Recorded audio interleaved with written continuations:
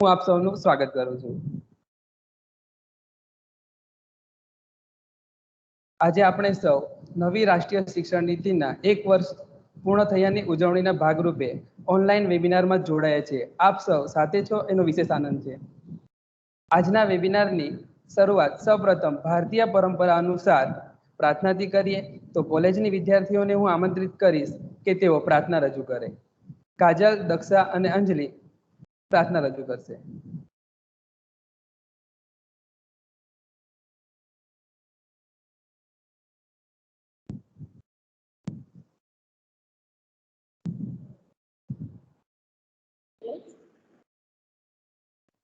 Sir અવાજ આવે છે મારો? હા હા બેટા, તમારો વિડિયો ઓન કરજો બેટા. હા.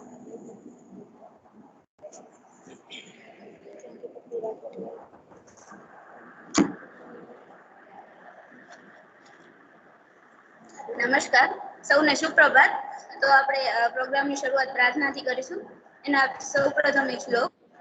વક્રતુંડ મહાકાય સૂર્યકોટિ સમપ્રભ નિર્વિઘ્नं કુરુ મે દેવ સર્વકાર્યેષુ સર્વદા સર્વકાર્યેષુ સર્વદા.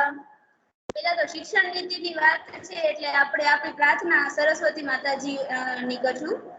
વંદે દેવી શારદા વંદે દેવી શારદા પુરવીણા બચાઓ બચાઓ પુરવીણા બચાઓ બચાઓ વંદે દેવી શારદા.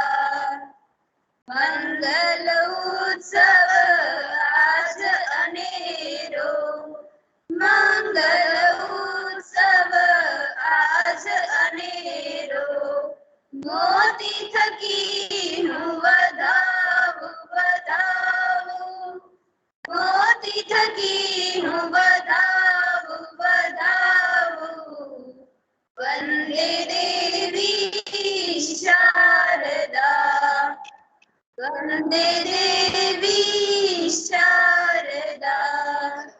ચંદ્રિકાના ધવલ પ્રકાશો ચંદ્રિકાના ધવલ પ્રકાશો આરતીનો ઉતારો ઉતારો આરતીનો ઉતારો ઉતારો વંદે દેવી શારદા વંદે દેવી શારદા.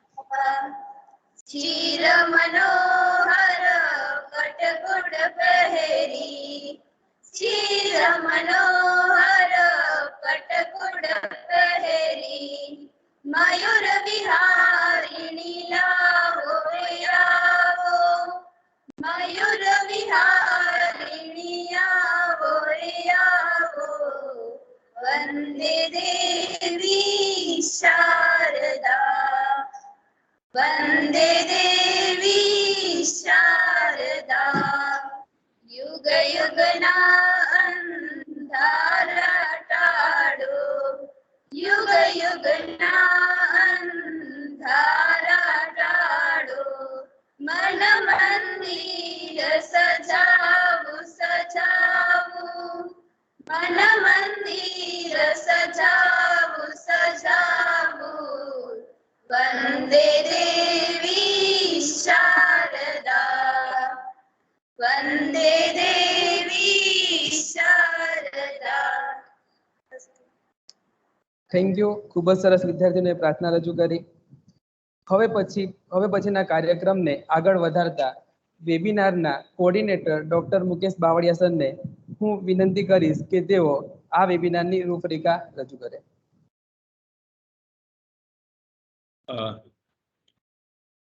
આભાર સંદીપભાઈ. સૌથી પહેલા તો આપણે એજ્યુકેશન પોલિસી 2020 ની ઉજવણી પેટે 1 વર્ષ આપણે જે પૂર્ણ કર્યું છે, ખરેખર આ ઉજવણી નથી, આપણે શરૂઆત છે. શિક્ષણ નીતિ 2020 નો અમલ જ્યારે આપણે કરવાની વાત આવે છે, એટલે ગયા વર્ષે આપણે ઘણા બધા વેબિનાર, ઘણી બધી સ્કૂલોમાં, કોલેજોમાં, યુનિવર્સિટીમાં આપણે વેબિનાર સાંભળ્યા અને સમજ્યા છીએ. પણ જ્યારે આજે 1 વર્ષ પૂર્ણ થાય છે, રાઈટ, એટલે ડોક્ટર અબ્દુલ કલામના જે શબ્દો છે એમાં the purpose of education is to make a good human beings with a skill and expertise and enlighten human beings can be created by the teachers. આજે પર્પઝ છે એજ્યુકેશનનો, કે જેમાં સારા વિદ્યાર્થીઓ, સારા વ્યવસાયિકો તેમજ સારા નાગરિક બનાવવાની જે આપણી જે ફરજ, રાઈટ, એમાં વિદ્યાર્થીને આપણે જે શીખવાડવાની વાત છે એમાં વોટ ટુ થિંક નહીં પણ હાઉ ટુ થિંક નો જે પર્પઝ છે, રાઈટ, એને સફળ બનાવવા માટે આપણે જે વિદ્યાર્થીઓનો જે ગાડીનો પ્રવાહ ચાલી રહ્યો છે, જેમાં જિજ્ઞાસા વૃત્તિ, કલ્પના શક્તિ, રાઈટ, અને ક્રિએશનનો જે અભાવ જોવા મળે છે, અને એ બાબતોને આપણે વિદ્યાર્થીમાં નાખવા માટે કે ભાઈ વિદ્યાર્થીમાં કઈ રીતે આપણે પુટ કરી શકાય, રાઈટ, એના માટે શિક્ષણ નીતિ જ્યારે આપણી પાસે આવી છે, તો આપણા દેશના પણ, બરાબર, વડાપ્રધાનના અને રાજ્યના મુખ્યમંત્રીના પણ ઘણા જે ઉદ્દેશો છે, બરાબર, એમાં સૌથી પહેલું આવે છે કે જીડીપી જે છે દેશનો, જીડીપીના 6% જેટલો ખર્ચો આપણે એજ્યુકેશન ઉપર આપી શકીશું એ આ એજ્યુકેશન પોલિસીના માધ્યમથી હશે, રાઈટ. બીજી વાત કરીએ તો એસડીજી એટલે કે સસ્ટેનેબલ ડેવલપમેન્ટ ગોલ, એમાં જે લક્ષ્યાંક નંબર 4 છે એ બતાવે છે કે ગ્રોસ એનરોલમેન્ટ રેશિયો જે છે, બરાબર, એ આપણે 100% કરવાનો જે ઉદ્દેશ છે એ આ સાર્વત્રિક શિક્ષણ નીતિ જ લાવી શકશે, રાઈટ. અને એ હેતુને આપણે પાર પાડવા માટે આ એક આપણે આયોજન કરેલું છે વેબિનારનું, કે જેમાં મેં પહેલા વિચારેલું કે શિક્ષણ નીતિ ઉપર આપણે પેપર પ્રેઝન્ટ કરીએ, પણ પેપર પ્રેઝન્ટ કરતા મને એવું લાગ્યું કે આપણે જો વિદ્યાર્થીઓને એટલે કે રિસર્ચ સ્કોલરને, ઘણા બધા અધ્યાપકોને અને ઘણા બધા પ્રિન્સિપલ શ્રી અને યુનિવર્સિટીના ઘણા બધા ફેકલ્ટી મિત્રોને આપણે એક એવી તક આપીએ કે જે એમની કલમ જે સમજ્યા છે શિક્ષણ નીતિને, એ શિક્ષણ નીતિને સમજીને એ એમના વિશે શું વિચારે છે, રાઈટ, એમના કોઈ પ્રશ્નો હોય તો પ્રશ્નો પણ લખી શકે છે, એમના આપણી શિક્ષણ નીતિમાં કોઈ ચેલેન્જીસ હોય તો ચેલેન્જીસ પણ લખી શકે છે, રાઈટ. એટલે આપણે એવા લેખોનું એક કલેક્શન કરી અને આપણે એક પુસ્તકનું રૂપ આપીએ, રાઈટ, કે જેમાં ઘણા બધા પ્રશ્નોનું આપણે નિરાકરણ પણ લાવી શકાય અને ઘણા બધા પ્રશ્નોનું આપણે સૂચના જે કહેવાય માર્ગદર્શન પણ આપણને એમાંથી મળી રહેશે, બરાબર. એટલે આ હેતુથી આપણે જે પ્રોગ્રામની જે રજૂઆત કરી, જેમાં જે આનંદ સાથે મારે જે વાત કરવી છે એ કરવી છે કે આપણે કચ્છ નહીં પણ આજુબાજુની ગુજરાત યુનિવર્સિટી લો, ભાવનગર યુનિવર્સિટી લો, સૌરાષ્ટ્ર યુનિવર્સિટી, મોટા ભાગની યુનિવર્સિટીના જે ફેકલ્ટી મિત્રો છે, રિસર્ચ સ્કોલર છે અને પ્રિન્સિપલશીપ મિત્રો છે, રાઈટ, એ બધા આપણી સાથે જોડાયેલા છે, રાઈટ. અને એની સાથે આપણે આ પ્રોગ્રામની આપણે શરૂઆત કરવાની છે. એમાં આપણે ઘણું બધું જાણવાનું છે, પહેલી વસ્તુ તો જાણીશું, એટલે એ કયા માધ્યમથી આપણે જાણી શકીશું, તો હવે વાત આવે છે કે આપણે જે વિષયની પસંદગી આપણે કરી છે, રાઈટ, એ શા માટે કરી છે, તો MHRD છે, NCERT છે, SCERT છે, રાઈટ, એના સાથે કેટલા મંત્રાલયો છે એ પણ આપણી સાથે જોડાવાના છે, કારણ કે શિક્ષણ નીતિની અંદર જે એટલું બધું વાઇડ જે કાર્ય જે સ્કોપ છે, રાઈટ, એમાં એક જ હાથથી તાલી પડે એમ નથી. તો એના માટે હવે આપણા પ્રોગ્રામની જે રૂપરેખાની વાત મેં કરી તમને, રાઈટ, તો હવે હું આપણા પ્રિન્સિપલ શ્રી છે ડોક્ટર પરેશ રાવલ સાહેબ, બરાબર, એમને હું આમંત્રણ આપું છું કે એ આપણા કાર્યક્રમને સંબોધન આપશે. રાવલ સાહેબ, doctor Raval sir. Thank you Bavaliya સાહેબ. આજના આ કાર્યક્રમમાં આપણે નવી શિક્ષણ નીતિની વાત કરવા માટે જે નિમંત્રેલા આપણા જે વક્તાશ્રી છે એ જયેન્દ્રસિંહ જાદવ સાહેબનો હું ખૂબ દિલથી સ્વાગત કરું છું પ્રથમ તો. અને આપણો હેતુ એટલે કે આપણો જ્યારે હું કહું છું ત્યારે સરકારનો હેતુ એવો છે કે નવી શિક્ષણ નીતિનો પ્રચાર પ્રસાર છેક છેવાડા સુધી થાય અને એને અનુરૂપ નાની સંસ્થાઓ પણ એને નીતિને અનુસાર સામો જવાબ આપે, એની સાથે પ્રતિસાદમાં સાથે જોડાય, આ હેતુથી પ્રચાર પ્રસાર થાય છે. અને છેવાડાના લોકો છેવાડાની કોલેજના પ્રિન્સિપાલને કે છેવાડાની કોલેજના અધ્યાપકને કે છેવાડાની કોલેજના વિદ્યાર્થીને પણ આ નીતિ સાથે જોડીને એના જીવન સ્તરને સુધારવાનું, એની રોજગારીની તકોને વધારવાનું આ કામ થઈ શકે, એના માટે આ નીતિ ઇન્સ્ટ્રુમેન્ટ તરીકે કામ લાગે. That is what our hope that we should do this. For that, new education policy will start in higher education, I suppose, after 8 to 10 years. It will be implemented in the higher education institute like that. So we don't know the exact timetable of the new education policy. For that, we have an expert, Sri Jayendra Singh Jadhav, and very experienced person in Grantinate colleges. He is teaching for so many years. So that is the first objective, that we must know what it is first.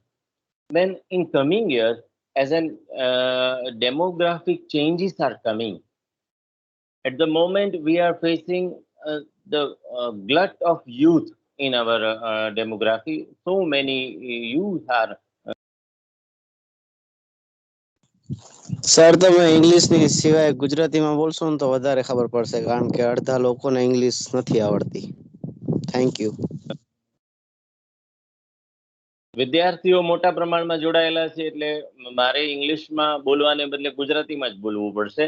પણ તમને હું કહું, વિદ્યાર્થીઓને કહું કે આપણી સાથે એવા લોકો પણ જોડાયેલા છે કે જે લોકોને ગુજરાતી ન ફાવે, એ સ્વાભાવિક છે, એ બીજી કોલેજોમાં છે. તેમ છતાં હું તમારી વાતને માનીને, મારા માટે પણ ઇંગ્લિશ ફોરેન લેંગ્વેજ છે, ગુજરાતીમાં મારો ફ્લો બરાબર જ આવશે, પણ મારે એમને ધ્યાનમાં રાખીને કેવું હતું, પણ હું તમારી વાત સ્વીકારું છું. અત્યારની આપણી વસ્તીના જૂથમાં યુવાનોનું જૂથ ખૂબ વધારે છે.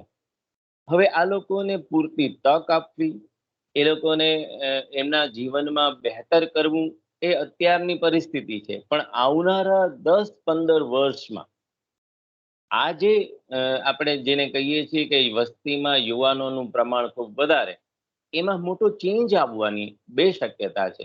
એક તો આ છેલ્લા દાયકામાં વસ્તી વૃદ્ધિનો દર તીવ્રપણે ઘટ્યો છે. તીવ્રપણે હું જ્યારે કહું છું ત્યારે આ ભારતના જ સંદર્ભની વાત કરું તો ભારતના અગાઉના દાયકાઓ અને ભારતનો આ જે દાયકો આપણે પસાર કરી રહ્યા છે, એમાં વસ્તી વૃદ્ધિનો દર તીવ્રતાથી ઘટ્યો છે. કારણ કે 2004, 5, 6 પછી શિક્ષણની જાગૃતિ, ઇન્ફોર્મેશનની ક્રાંતિ, નોલેજ, આ બધું એનાથી આપણને એમ હવે ખબર પડી છે. ઇકોનોમિક્સ ભણાવતા ત્યારે અમે વસ્તી વધારાના કારણોમાં એવું બોલીએ આપણે કે બાળકો ભગવાનની દેન છે, આવું માનનારા લોકો પણ એક રીઝન છે વસ્તી. એ હવે માનનારા ખૂબ ઘટી ગયા છે, એ આપણને ખબર છે. અને બાળકો જે આવે છે એના વૈજ્ઞાનિક કારણોથી આપણે હવે પરિચિત છીએ. મોટા ભાગની વસ્તી એમ પરિચિત છે એમ જ્યારે કહું છું ત્યારે. તો એને કારણે આ દાયકામાં વસ્તીના વૃદ્ધિ દરમાં ઘણો ઘટાડો આવ્યો છે. એને કારણે આવનારા સમયમાં આપણી એજ્યુકેશન, હાયર એજ્યુકેશન પોલિસીમાં એવું આપણે એમાં ઇમ્પ્લિમેન્ટ કર્યું છે. એની અંદર એક વસ્તુ મેં જોઈ છે કે છે એની અંદર, હું એનો કોઈ એક્સપર્ટ નથી, એના વિશે તો જયેન્દ્રસિંહ પોતે જ બોલશે, પણ અત્યારની હું વાત કરું તો એવું છે કે કોઈ માણસ એક સેમેસ્ટર કરીને જાય તો એનું પણ સર્ટિફિકેટ આપણે એને આપી દઈએ. એ 4 વર્ષ રહીને પછી બીજા સેમેસ્ટરમાં ફરી પરત આવે ત્યારે ફરીથી આપણે એને એન્ટ્રી આપી શકીએ. આવી એની અંદર જોગવાઈ છે. વિષયોની પસંદગીની બાબતમાં પણ એનો સ્પેક્ટ્રમ છે એ બહુ મોટું ખોલી નાખવામાં આવ્યું છે કે વિદ્યાર્થી જુદા જુદા કેટલાય વિષયો પસંદ કરી શકે અને એ પ્રમાણેના સિલેબસનું ઘડતર કરવું પડશે, એ પ્રમાણેના અધ્યાપકોની નિમણૂક કરવી પડશે, એ પ્રમાણે વધારે ને વધારે ઇન્ફ્રાસ્ટ્રક્ચર કોલેજોમાં જોઈશે. આ બાબતને સાંકળી લે એવી રીતે કરવું જોઈશે. હાલના સંજોગોમાં આપણે છેલ્લા 3, 4, 5 વર્ષથી આ ખૂબ રાજી છીએ કે 4G નો આપણે ઉપયોગ કરીએ છીએ અને એ 4G પછી આપણે 5G માં જવાના છીએ.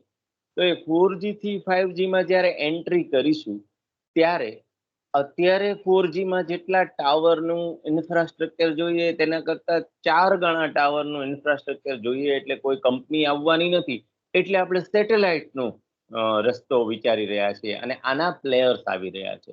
હવે જો સેટેલાઇટ દ્વારા આપણે આપવાનું શરૂ કરીશું, ઇન્ફોર્મેશન એકબીજા સાથે શેર કરવાનું શરૂ કરીશું, સેટેલાઇટ અને વાયરલેસ મોબાઈલ દ્વારા આપણે કામ કરીશું, લેપટોપ દ્વારા જો કામ કરીશું, તો ફરીથી એક મોટું ચક્ર ફરી જવાનું છે કે એ મોટા ચક્રમાં આજે આપણે એમ કહીએ છીએ કે આ કોરોના કાળમાં આપણે ડિજિટલને કારણે ભેગા થયા, પણ એ પરમેનન્ટ રહેવાનું છે જો 5G આવશે તો.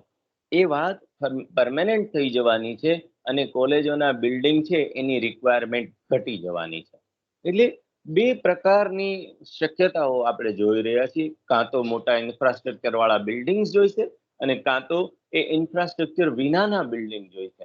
હાલના તબક્કે જો આપણે વાત કરીએ તો મેડિકલ એજ્યુકેશનમાં આપણે કેટલીક રિક્વાયરમેન્ટ રાખી છે કે આટલું મોટું કેમ્પસ હોવું જોઈએ, એમાં આટલી મોટા પ્રમાણમાં લેબોરેટરી હોવી જોઈએ, આટલા પ્રમાણમાં એનું બિલ્ડિંગનું સ્ટ્રક્ચર, ક્લાસરૂમ હોવા જોઈએ, આવી આપણે રિક્વાયરમેન્ટ ઊભી રાખી છે. પણ એ જ સમયે આપણે સ્પર્ધા કરવાની છે કેરેબિયન મેડિકલ કોલેજો સાથેની, કે જેમાં એ લોકો નાના એપાર્ટમેન્ટ્સમાં મેડિકલ કોલેજો ચલાવે છે અને ખૂબ પૈસા આપીને લોકો એ જગ્યાએ ભણવા જાય છે અને પછી અમેરિકામાં ડોક્ટરનો ધંધો કરે છે. તો આ સ્થિતિમાં જ્યારે આવું બનવાનું છે ત્યારે ભારતમાં લોકો બહારથી અહીંયા ભણવા આવે, આફ્રિકાથી ભણવા આવે, અફઘાનિસ્તાનથી ભણવા આવે, આવું આપણે કરવું પડશે અને એના માટે એ ઇન્ફ્રાસ્ટ્રક્ચર અને એનું એક બિઝનેસ મોડલ પણ જોઈશે. તો આમ ઘણા બધા મુદ્દાઓ આની સાથે જોડાયેલા છે કે આપણું ડેમોગ્રાફિક સ્ટ્રક્ચર છે એ પણ ચેન્જ થવા જઈ રહ્યું છે. જેમ વધુ લોકો હાયર એજ્યુકેશનમાં જોડાશે, આપણો ઓરિજિનલ ગોલ 2006માં હતો કે 30%, જેમ હમણાં બાવળે સાહેબે વાત કરી કે એનરોલમેન્ટ રેશિયો 100% લઈ જવો, ત્યારે આપણો 2006માં 12.5% એનરોલમેન્ટ રેશિયો હતો એ એજ ગ્રુપના લોકો માટે. એમાંથી વધારીને સરકારે 30%નો જ ગોલ રાખ્યું હતું 2030 સુધીમાં. 2030 સુધીમાં પણ જો આપણે 30%નું ગોલ અચીવ કરવું હોય તો 2006-7ના સમયમાં જે ઇન્ફ્રાસ્ટ્રક્ચર હતું એનાથી અઢી ગણું વધારે ઇન્ફ્રાસ્ટ્રક્ચર જોઈએ, એટલે કે અઢી ગણી વધારે કોલેજો જોઈએ, અઢી ગણા વધારે ટીચર્સ જોઈએ, પુસ્તકો જોઈએ, યુનિવર્સિટી જોઈએ, એટલે એટલા પ્રમાણમાં ફાઇનાન્સ પણ જોઈએ.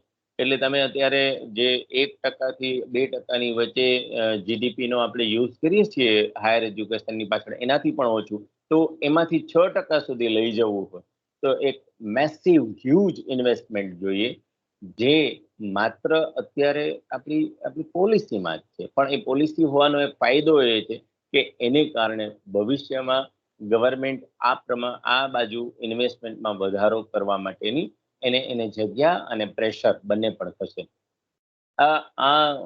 આટલી સમજ સાથે જો હું નવી શિક્ષણ નીતિની વાત કરું તો આ બધા મુદ્દાઓ આપણે આવરી લેવા પડશે.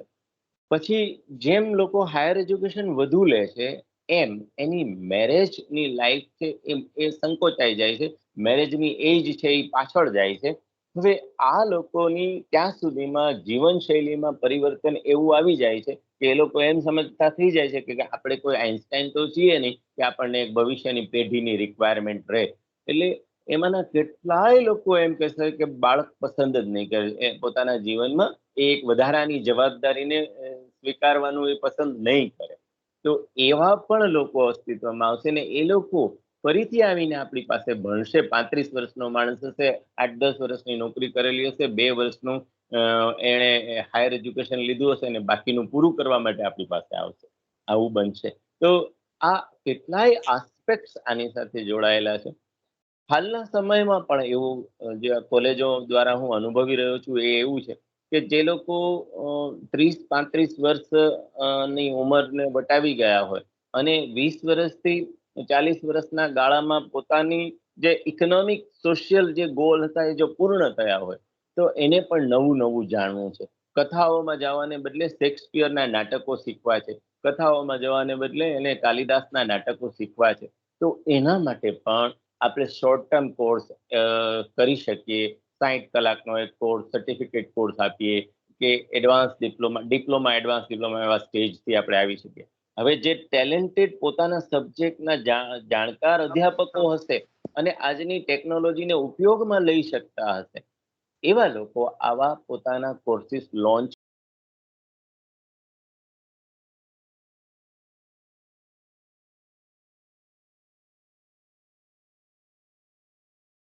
સર અનમ્યુટ કરો, સંભળાતું નથી.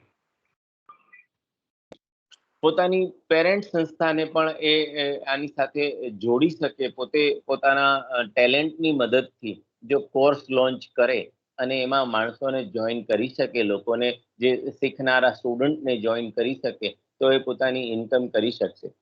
રિસેન્ટલી હું જોઉં છું કે યુટ્યુબ પર પોતાના ક્લાસીસ મૂકતા હોય એવા લોકોમાં, ખાસ કરીને 11th-12th સાયન્સમાં જે પોતાના કોર્સિસ મૂકી રહ્યા છે એવા લોકો, બાયજૂસ છે કે બીજા એવા એ પ્રકારના લોકો છે, physicswala.com છે, ખાન એકેડેમી છે. physicswala.com ના એક ટીચર છે આલક પાંડે. હવે એના કોઈ પણ એક વિડીયો એ જ્યારે લોન્ચ કરે ત્યારે મિનિમમ 40 થી 50 લાખ લોકો એનું સબસ્ક્રાઈબર છે અને લગભગ કરોડથી વધારે લોકો એના વિડીયો જોવે એવા અસંખ્ય વિડીયો છે એની પાસે. હવે જો આને આપણે વિચારીએ તો ગુજરાતની બધી કોલેજના બધા વિદ્યાર્થીઓને, બધા અધ્યાપકોને ભેગા કરીએ તો પણ આના જેટલું આપણે સ્ટ્રેન્થ નથી મેળવી શકતા, એટલે એની નજીક પણ ક્યાંય નથી મેળવી શકતા. ઇન ધેટ કેસ એ ગુજરાતના ઉચ્ચ શિક્ષણ કરતા વધુ મોટી સત્તા ધરાવતું તંત્ર છે. તો આ બધા આસ્પેક્ટને જે લોકો ભણવા આવે છે એ લોકોની ડેમોગ્રાફીને, એની ઇકોનોમીને, એને સોશિયલ બેકગ્રાઉન્ડને, આ બધા આસ્પેક્ટને ધ્યાનમાં રાખી અને જે અધ્યાપકો છે એના ટેલેન્ટને ધ્યાનમાં રાખીને જે નવી શિક્ષણ નીતિ છે એ કઈ તક પુરવાર કરે છે અને આપણા જેવી છેવાડાની કોલેજોએ કઈ રીતે આના માટે સજ્જ થવું પડે, આ બધી વાતો આપણે આ વેબિનારમાં કરવા માંગીએ છીએ. અને એને આપણને આપણી સમક્ષ ઉઘાડી આપવા માટે જયેન્દ્રસિંહ જેવા એક્સપર્ટને આપણે બોલાવ્યા છે, જેમનું ગુજરાતમાં એમના લેક્ચર છે. સતત બિઝી માણસ છે એકદમ. આ બાબતમાં દરેક સંસ્થાઓ ઈચ્છે છે કે જયેન્દ્રસિંહ એમને ત્યાં આવીને બોલે, અને એ આપણી કોલેજમાં બાવળિયા સાહેબે પ્રયત્ન કરીને એમને આપણે ત્યાં બોલાવ્યા છે. એટલે જયેન્દ્રસિંહનો પણ ખૂબ ખૂબ આભાર માનું છું. જે લોકો આ વેબિનારમાં જોડાયા છે એ સૌનો હું આભાર માનું છું અને મુકેશ બાવળિયાને ખૂબ અભિનંદન આપું છું કે આવો સરસ વેબિનાર તમે આનું આયોજન કર્યું. ખૂબ મોટી સંખ્યામાં અમારી કોલેજ, મોટી સંખ્યામાં એટલે કહી રહ્યો છું કે અમારી કોલેજની સંખ્યા ખૂબ નાની છે, એમાંના મોટા ભાગના આમાં જોડાયા છે, એનો ખૂબ ખૂબ આનંદ છે. કેટલાય કચ્છ યુનિવર્સિટી એરિયાની કોલેજના અધ્યાપક મિત્રો જોડાયા છે, માત્ર લાગણીથી આ કોલેજ સાથે જોડાયેલા છે. એ સૌનો પણ હું ખૂબ આભાર માનીને હું જયેન્દ્રસિંહને આગળનું સુકાન સંભાળે એના માટે વસાવા સાહેબને માઇક સોંપું છું. Thank you doctor Raval sir. હવે પછીના આગળના કાર્યક્રમને ધપાવવા ડોક્ટર મુકેશ બાવળિયા સરને હું આમંત્રિત કરીશ કે તેઓ આજના વક્તાનો પરિચય કરાવે. આભાર સંદીપભાઈ. હવે જો જયેન્દ્રસિંહ જાદવ સાહેબનો પરિચય આપતા એટલું તો હું કહી શકું કે એ શિક્ષણ સાથેના, સંવેદના સાથેના એ શિલ્પી છે. એ ગુજરાત યુનિવર્સિટીમાંથી M.Com, B.Ed, M.Phil અને PhD તેમજ નેટ સ્લેટ પાસ છે. ઉપરાંત ગુજરાત સરકારની અઘરી ગણાતી પરીક્ષા એટલે કે GPSC માં એ પોતે 3 વાર સરકારી અધિકારી તરીકે પોતે પસંદ થયેલા છે. પરંતુ શિક્ષકનો જીવ હોવાથી એમને ખૂબ જ આ જે કહેવાય શિક્ષણ સાથેનો લગાવ હોવાથી એમને પ્રતિષ્ઠા અને ઉચ્ચ હોદ્દાવાળી બરાબર સનદી તરીકેની એમને પોતે અધ્યાપક રહેવાનું બધું આ પસંદ કરેલું છે. ઉપરાંત છેલ્લા 12 વર્ષથી એ ગુજરાતની ઉચ્ચ શિક્ષણ સંસ્થાઓમાં અધ્યાપક તરીકે ફરજ બજાવે છે અને વર્તમાનમાં તેઓ રાજ્યની ઐતિહાસિક કોલેજ, જેને આપણે ગુજરાત કોલેજ તરીકે ઓળખીએ છીએ, એમાં પોતે એકાઉન્ટન્સીના પ્રોફેસર છે. આ ઉપરાંત એ તેઓ શિક્ષણ, સાહિત્ય, અધ્યાત્મ અને કલા રૂપે એમની રુચિ ધરાવે છે. અને કારણ કે તેમને અત્યાર સુધીના 12 પુસ્તકોમાંથી 5 પુસ્તકો એ શિક્ષણ અને કલાને લગતા છે. દેશ કો બદલના હૈ તો શિક્ષા કો બદલો જેવા સૂત્રને લઈને ચાલતા રાષ્ટ્રપ્રેમી સંગઠન શિક્ષણ એટલે કે સંસ્કૃતિ ઉત્થાન ન્યાસ નવી દિલ્હી, આ એક સંસ્થા છે જે શિક્ષણ પ્રત્યે બરાબર સારો પ્રચાર કરી રહી છે. બરાબર, એ એમના પોતે રાષ્ટ્રીય સંયોજક છે. ઉપરાંત શિક્ષણમાં પરિવર્તન માટે નિસ્વાર્થ ભાવે તેઓ આખું આખા દેશનો પ્રવાસ કરે છે અને જેની નોંધ લઈ ગુજરાતના રાજ્યપાલ માનનીય ઓમ પ્રકાશ કોહલી દ્વારા તેમને સન્માન પણ કરવામાં આવ્યું છે. બીજું, વર્તમાનમાં જાહેર થયેલી નવી શિક્ષણ નીતિ એમાં ડોક્ટર જાદવ એ 2015 થી કાર્ય કરી રહ્યા છે અને આ અંગેનો ઊંડો અભ્યાસ પણ ધરાવે છે. તાજેતરમાં તેઓ ગુજરાત સરકાર દ્વારા જાહેર થયેલી રાષ્ટ્રીય શિક્ષણ નીતિના અમલીકરણની સમિતિમાં તેઓ એક ગુજરાત રાજ્યના તેઓ સભ્ય છે. ઉપરાંત ગુજરાતની રાજ્ય શાળા પાઠ્યપુસ્તક મંડળ એટલે કે યુનિવર્સિટી ગ્રાન્ટ નિર્માણ બોર્ડ એમાં પણ પોતે લેખક તરીકે સેવા આપેલી છે. આ ઉપરાંત ગુજરાત યુનિવર્સિટી, સૌરાષ્ટ્ર યુનિવર્સિટી, ગુરુ ગોવિંદ યુનિવર્સિટી, ભક્ત કવિ નરસિંહ મહેતા યુનિવર્સિટી માં તેઓ બોર્ડ ઓફ સ્ટડીના મેમ્બર પણ છે. ઉપરાંત જીટીયુ એટલે કે ગુજરાત ટેકનોલોજી યુનિવર્સિટી અને ડોક્ટર બાબા સાહેબ આંબેડકર યુનિવર્સિટી ના પોતે એડવાઇઝરી સમિતિના મેમ્બર પણ છે. ઉપરાંત વિનર્મદ દક્ષિણ ગુજરાત યુનિવર્સિટી ના વરિષ્ઠના એ સમિતિના પોતે સદસ્ય છે. આ ઉપરાંત દિલ્હીની જે સંસ્થા છે જેમાં એનસીઈઆરટી બરાબર ના એ જનરલ કાઉન્સિલ મેમ્બર પણ છે. આ ઉપરાંત તે યુજીસી ના ક્વોલિટી મેન્ડેટ સમિતિના સૌથી નાની ઉંમરના બરાબર સેવા આપતા એક ક્વોલિટી મેન્ડેટમાં તેમના પુસ્તકમાં એમને લેખન કાર્ય પણ કરેલું છે અને જે યુજીસી દ્વારા પ્રકાશિત પણ થયેલું છે. તમે પરિચય ઉપરથી તમને એ ખબર પડતી હશે કે આ વ્યક્તિત્વ એ જેવું તેવું વ્યક્તિત્વ નથી બરાબર. અને આ બાબતનો મને એ પણ આનંદ થાય કે અમે અને જયેન્દ્રભાઈ અમે એક ક્લાસમેટ એક સાથે ભણેલા છીએ બરાબર. અને અમારી બેચની ખાસિયત એવી છે કે એમકોમ માંથી છૂટા પડેલા જે મિત્રો છે એ ક્યાંક ને ક્યાંક શિક્ષણ સાથે જોડાયેલા છે. એટલે અમે એકબીજાના ટચમાં રહીએ છીએ બરાબર. અને આપણે શિક્ષણ નીતિના જે આવડા મેળામાં બરાબર આપણે ભેગા થયા છીએ અને એમાં આપણે જો જયેન્દ્રસિંહ જાદવને ના બોલાવીએ બરાબર તો મને એ કોઈ પણ કોલેજનો પ્રોગ્રામ હોય તો એ અધૂરો જ લાગે બરાબર. એટલે એવી લાગણી સાથે હું ડોક્ટર જયેન્દ્રસિંહ જાદવને અમારા આ પ્રોગ્રામની અંદર વેબિનારની અંદર હું આમંત્રણ આપું છું. આભાર તમારો જયેન્દ્ર સર, થેન્ક યુ અને આપનું સ્વાગત છે સર. જયેન્દ્રસિંહ જાદવ. જી. વાકર્થવિવ સંપૃક્તો વાકર્થ પ્રતિપત્તયે જગતઃ પિતરો વંદે પાર્વતી પરમેશ્વર.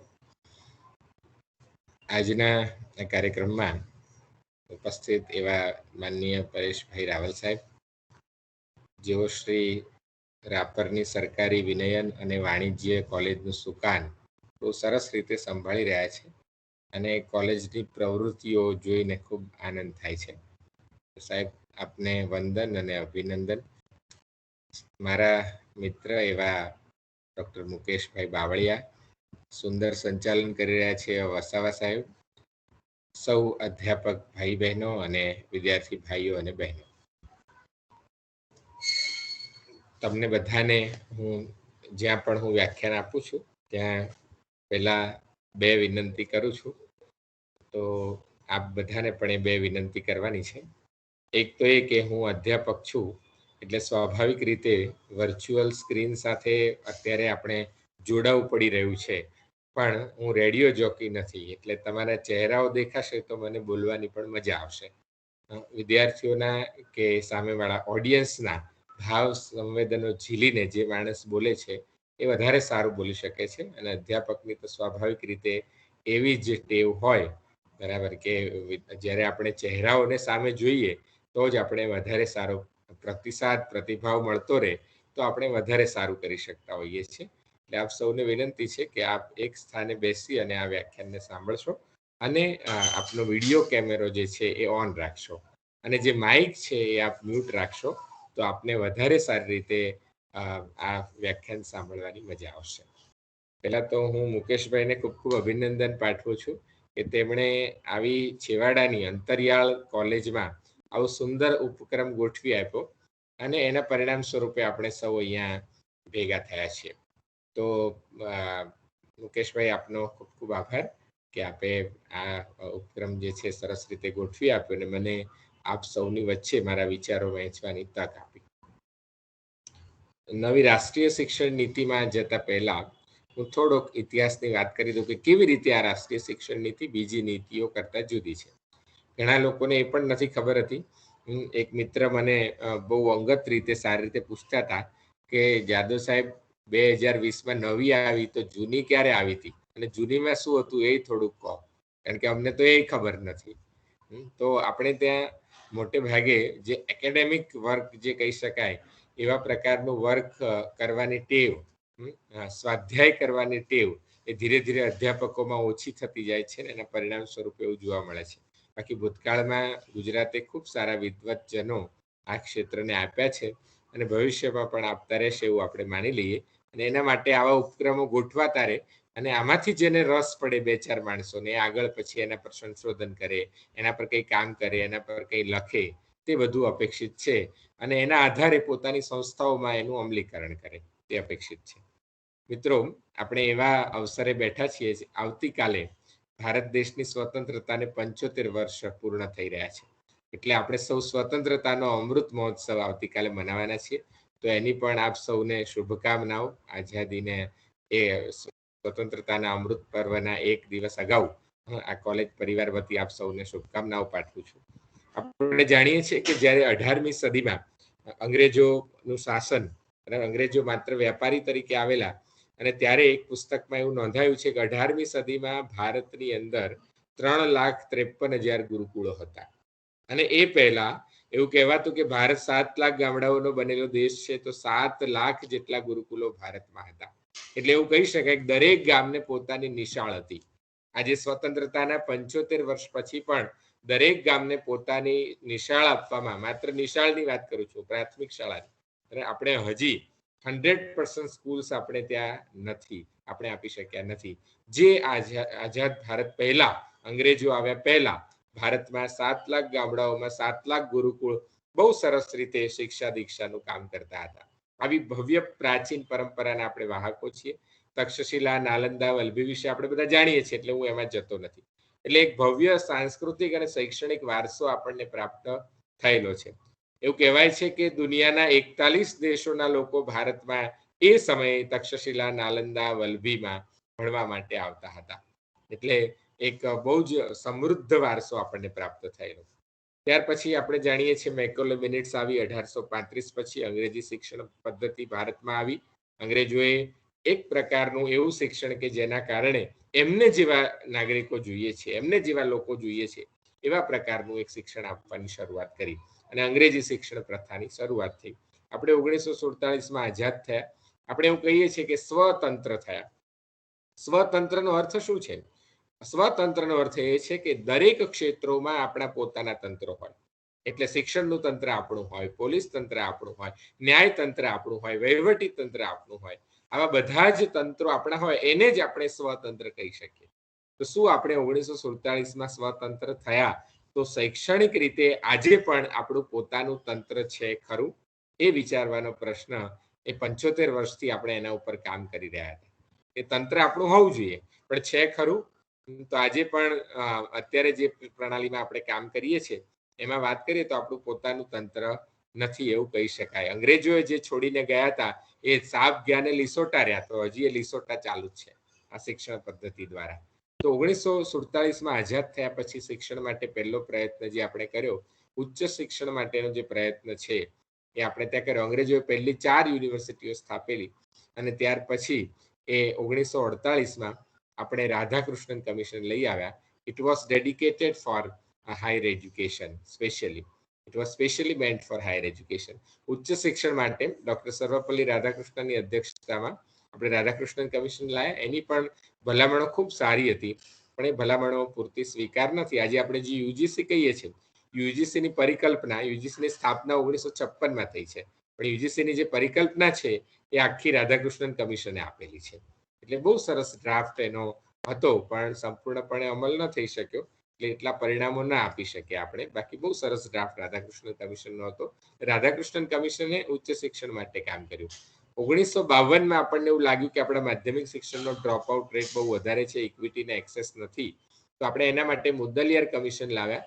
લક્ષ્મણ સ્વામી મુદ્દલિયાર નામના ખૂબ વિદ્વાન વ્યક્તિની અધ્યક્ષતામાં આપણે મુદ્દલિયાર કમિશન ની રચના થઈ અને એમણે એમનો રિપોર્ટ આપ્યો અને એના આધારે માધ્યમિક શાળાઓ દર 10 કિલોમીટરની રેન્જમાં માધ્યમિક શાળાઓ સ્થાપવી.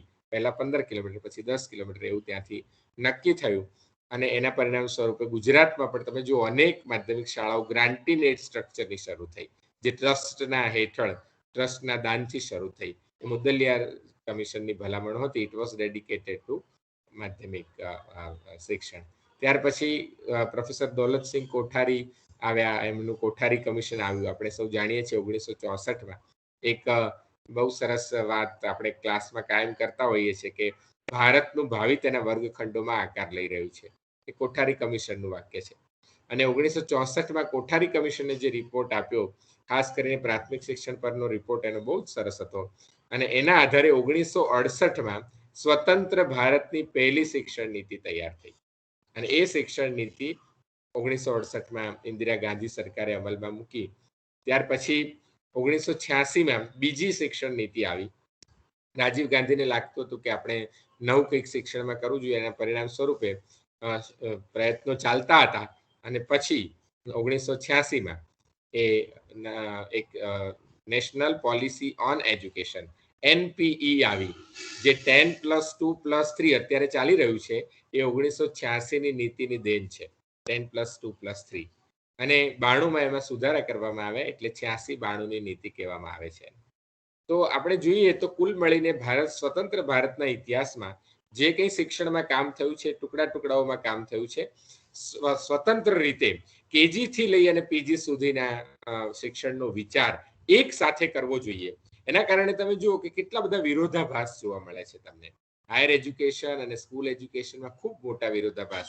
સ્કૂલ એજ્યુકેશનમાં પણ પ્રાઇમરી અને સેકન્ડરી એજ્યુકેશન વચ્ચે ક્યાંય તાલમેલ ખાતો નથી. એટલે જે ગેપ્સ છે એટલા માટે જોવા મળે છે કે દરેક બાબતનો વિચાર આપણે ત્યાં ટુકડે ટુકડે કરવામાં આવે.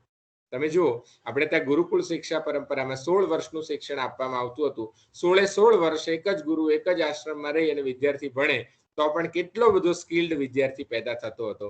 એક પણ બેરોજગાર ત્યારે રહેતો નહોતો. અને એ મૂલ્યો સાથે, સિદ્ધાંતો સાથે સમાજના સારા નાગરિક તરીકે વ્યક્તિ કામ કરતો હતો.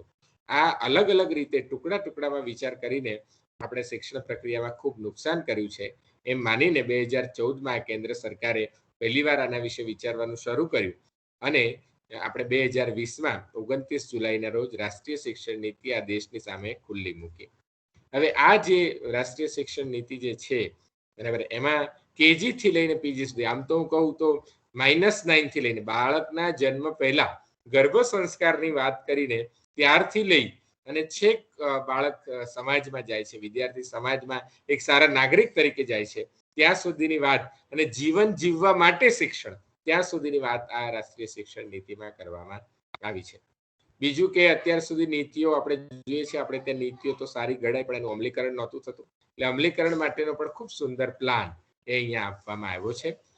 અને આ એસી કેબિનમાં બેસીને ઘડાયેલી નીતિ નથી. જનરલી નીતિઓ આપણે ત્યાં શું છે, રાપરનો વિચાર અમદાવાદની એસી કેબિનમાં બેસીને કરવામાં આવે, ગાંધીનગરની એસી કેબિનમાં બેસીને નક્કી થાય કે પંડ્યા સાહેબે કે રાવલ સાહેબે ત્યાં શું કરવાનું. એમ પણ રાપરે રહે છે તો રાપરની સ્થિતિ એમને જ ખબર હોય કે રાપરની લોકાલિટી શું છે, એની જરૂરિયાત શું છે. તો આ નીતિના નિર્ધારકોએ એવું નથી કર્યું કે એસી ચેમ્બરમાં બેસીને બધા નિર્ણયો લીધા. એમણે 3 લાખ જેટલા લોકોના સૂચનો આમાં મેળવ્યા છે, બરાબર. અને ટોટલ 300 જેટલા જિલ્લાઓમાંથી, ભારતના કુલ 700 જિલ્લામાંથી 300 જિલ્લાઓમાંથી આ સૂચનો પ્રાપ્ત કર્યા છે. એટલે કન્સલ્ટેટિવ પ્રોસેસના આધારે ટોટલ 400 જેટલી સંસ્થાઓની ફિઝિકલ મુલાકાત લીધી છે અને પછી આ નીતિ બનાવવામાં આવી છે. આ નીતિના નિર્ધારકોએ એક શિક્ષકને પૂછ્યું છે કે નીતિમાં કેવા બદલાવ જોઈએ છે આપણને, એક વિદ્યાર્થીને પૂછ્યું છે, એક અધ્યાપકને પૂછ્યું છે. વિદ્યાર્થીની વાત આવે ત્યારે મિત્રો, ભારત 1947માં સ્વતંત્ર થયું ત્યાર પછી આજ સુધી ક્યારે આપણે વિદ્યાર્થીને નથી પૂછ્યું તારે કેવું ભણવું છે.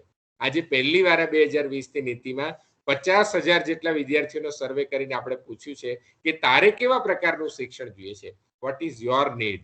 અને એ પ્રમાણેની જે ભલામણો હતી એને આપણે નીતિમાં સમાવેશ કરી છે. એ બહુ જ કન્સલ્ટેટિવ પ્રોસેસને અંતે તૈયાર થયેલી આ નીતિ છે.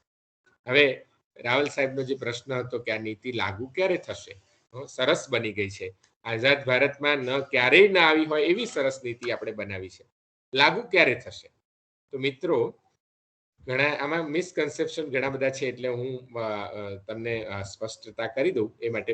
ઘણા બધા લોકોને, અને આ પ્રશ્ન વ્યાજબી પણ છે, વ્યાજબી છે એટલા માટે કે સરકારે સત્તાવાર રીતે હજી એવી જાહેરાત નથી કરી, કે સરકારને એવું લાગતું હતું કે અમે કરીશું એટલે બધા લોકો સમજી જશે, પણ એવું થયું નથી. 29 જુલાઈ 2020ના રોજ જ્યારે આ નીતિ જાહેર કરવામાં આવી ત્યારે તત્કાલીન શિક્ષણ મંત્રી ડોક્ટર રમેશ પોખરિયાલે કહેલું કે આ નીતિની જે ડ્રાફ્ટ કમિટી છે એના અધ્યક્ષ હતા ડોક્ટર કે કસ્તુરી રંગન.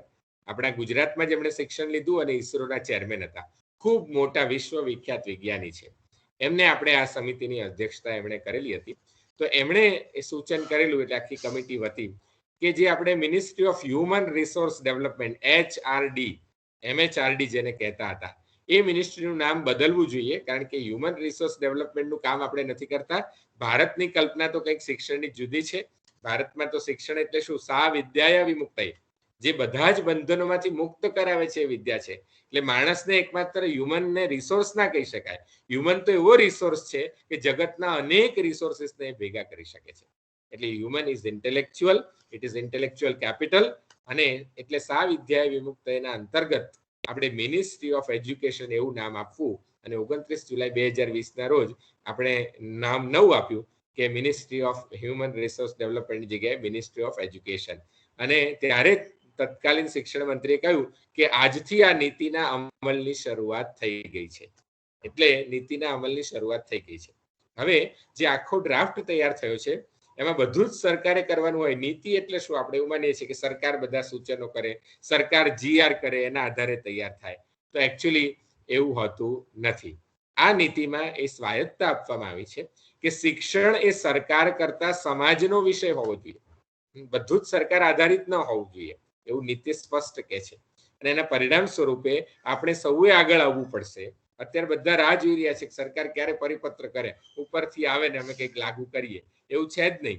હું તમારી યુનિવર્સિટીમાં પણ આવ્યો હતો એક વ્યાખ્યાન આપવા માટે. ત્યાં પણ મેં કહ્યું હતું શ્યામજી કૃષ્ણ ગોરલમાં કચ્છ યુનિવર્સિટીમાં કે આ નીતિનો અમલ કરવા માટે યુનિવર્સિટીઓએ આગળ આવવું પડશે, કોલેજોએ આગળ આવવું પડશે.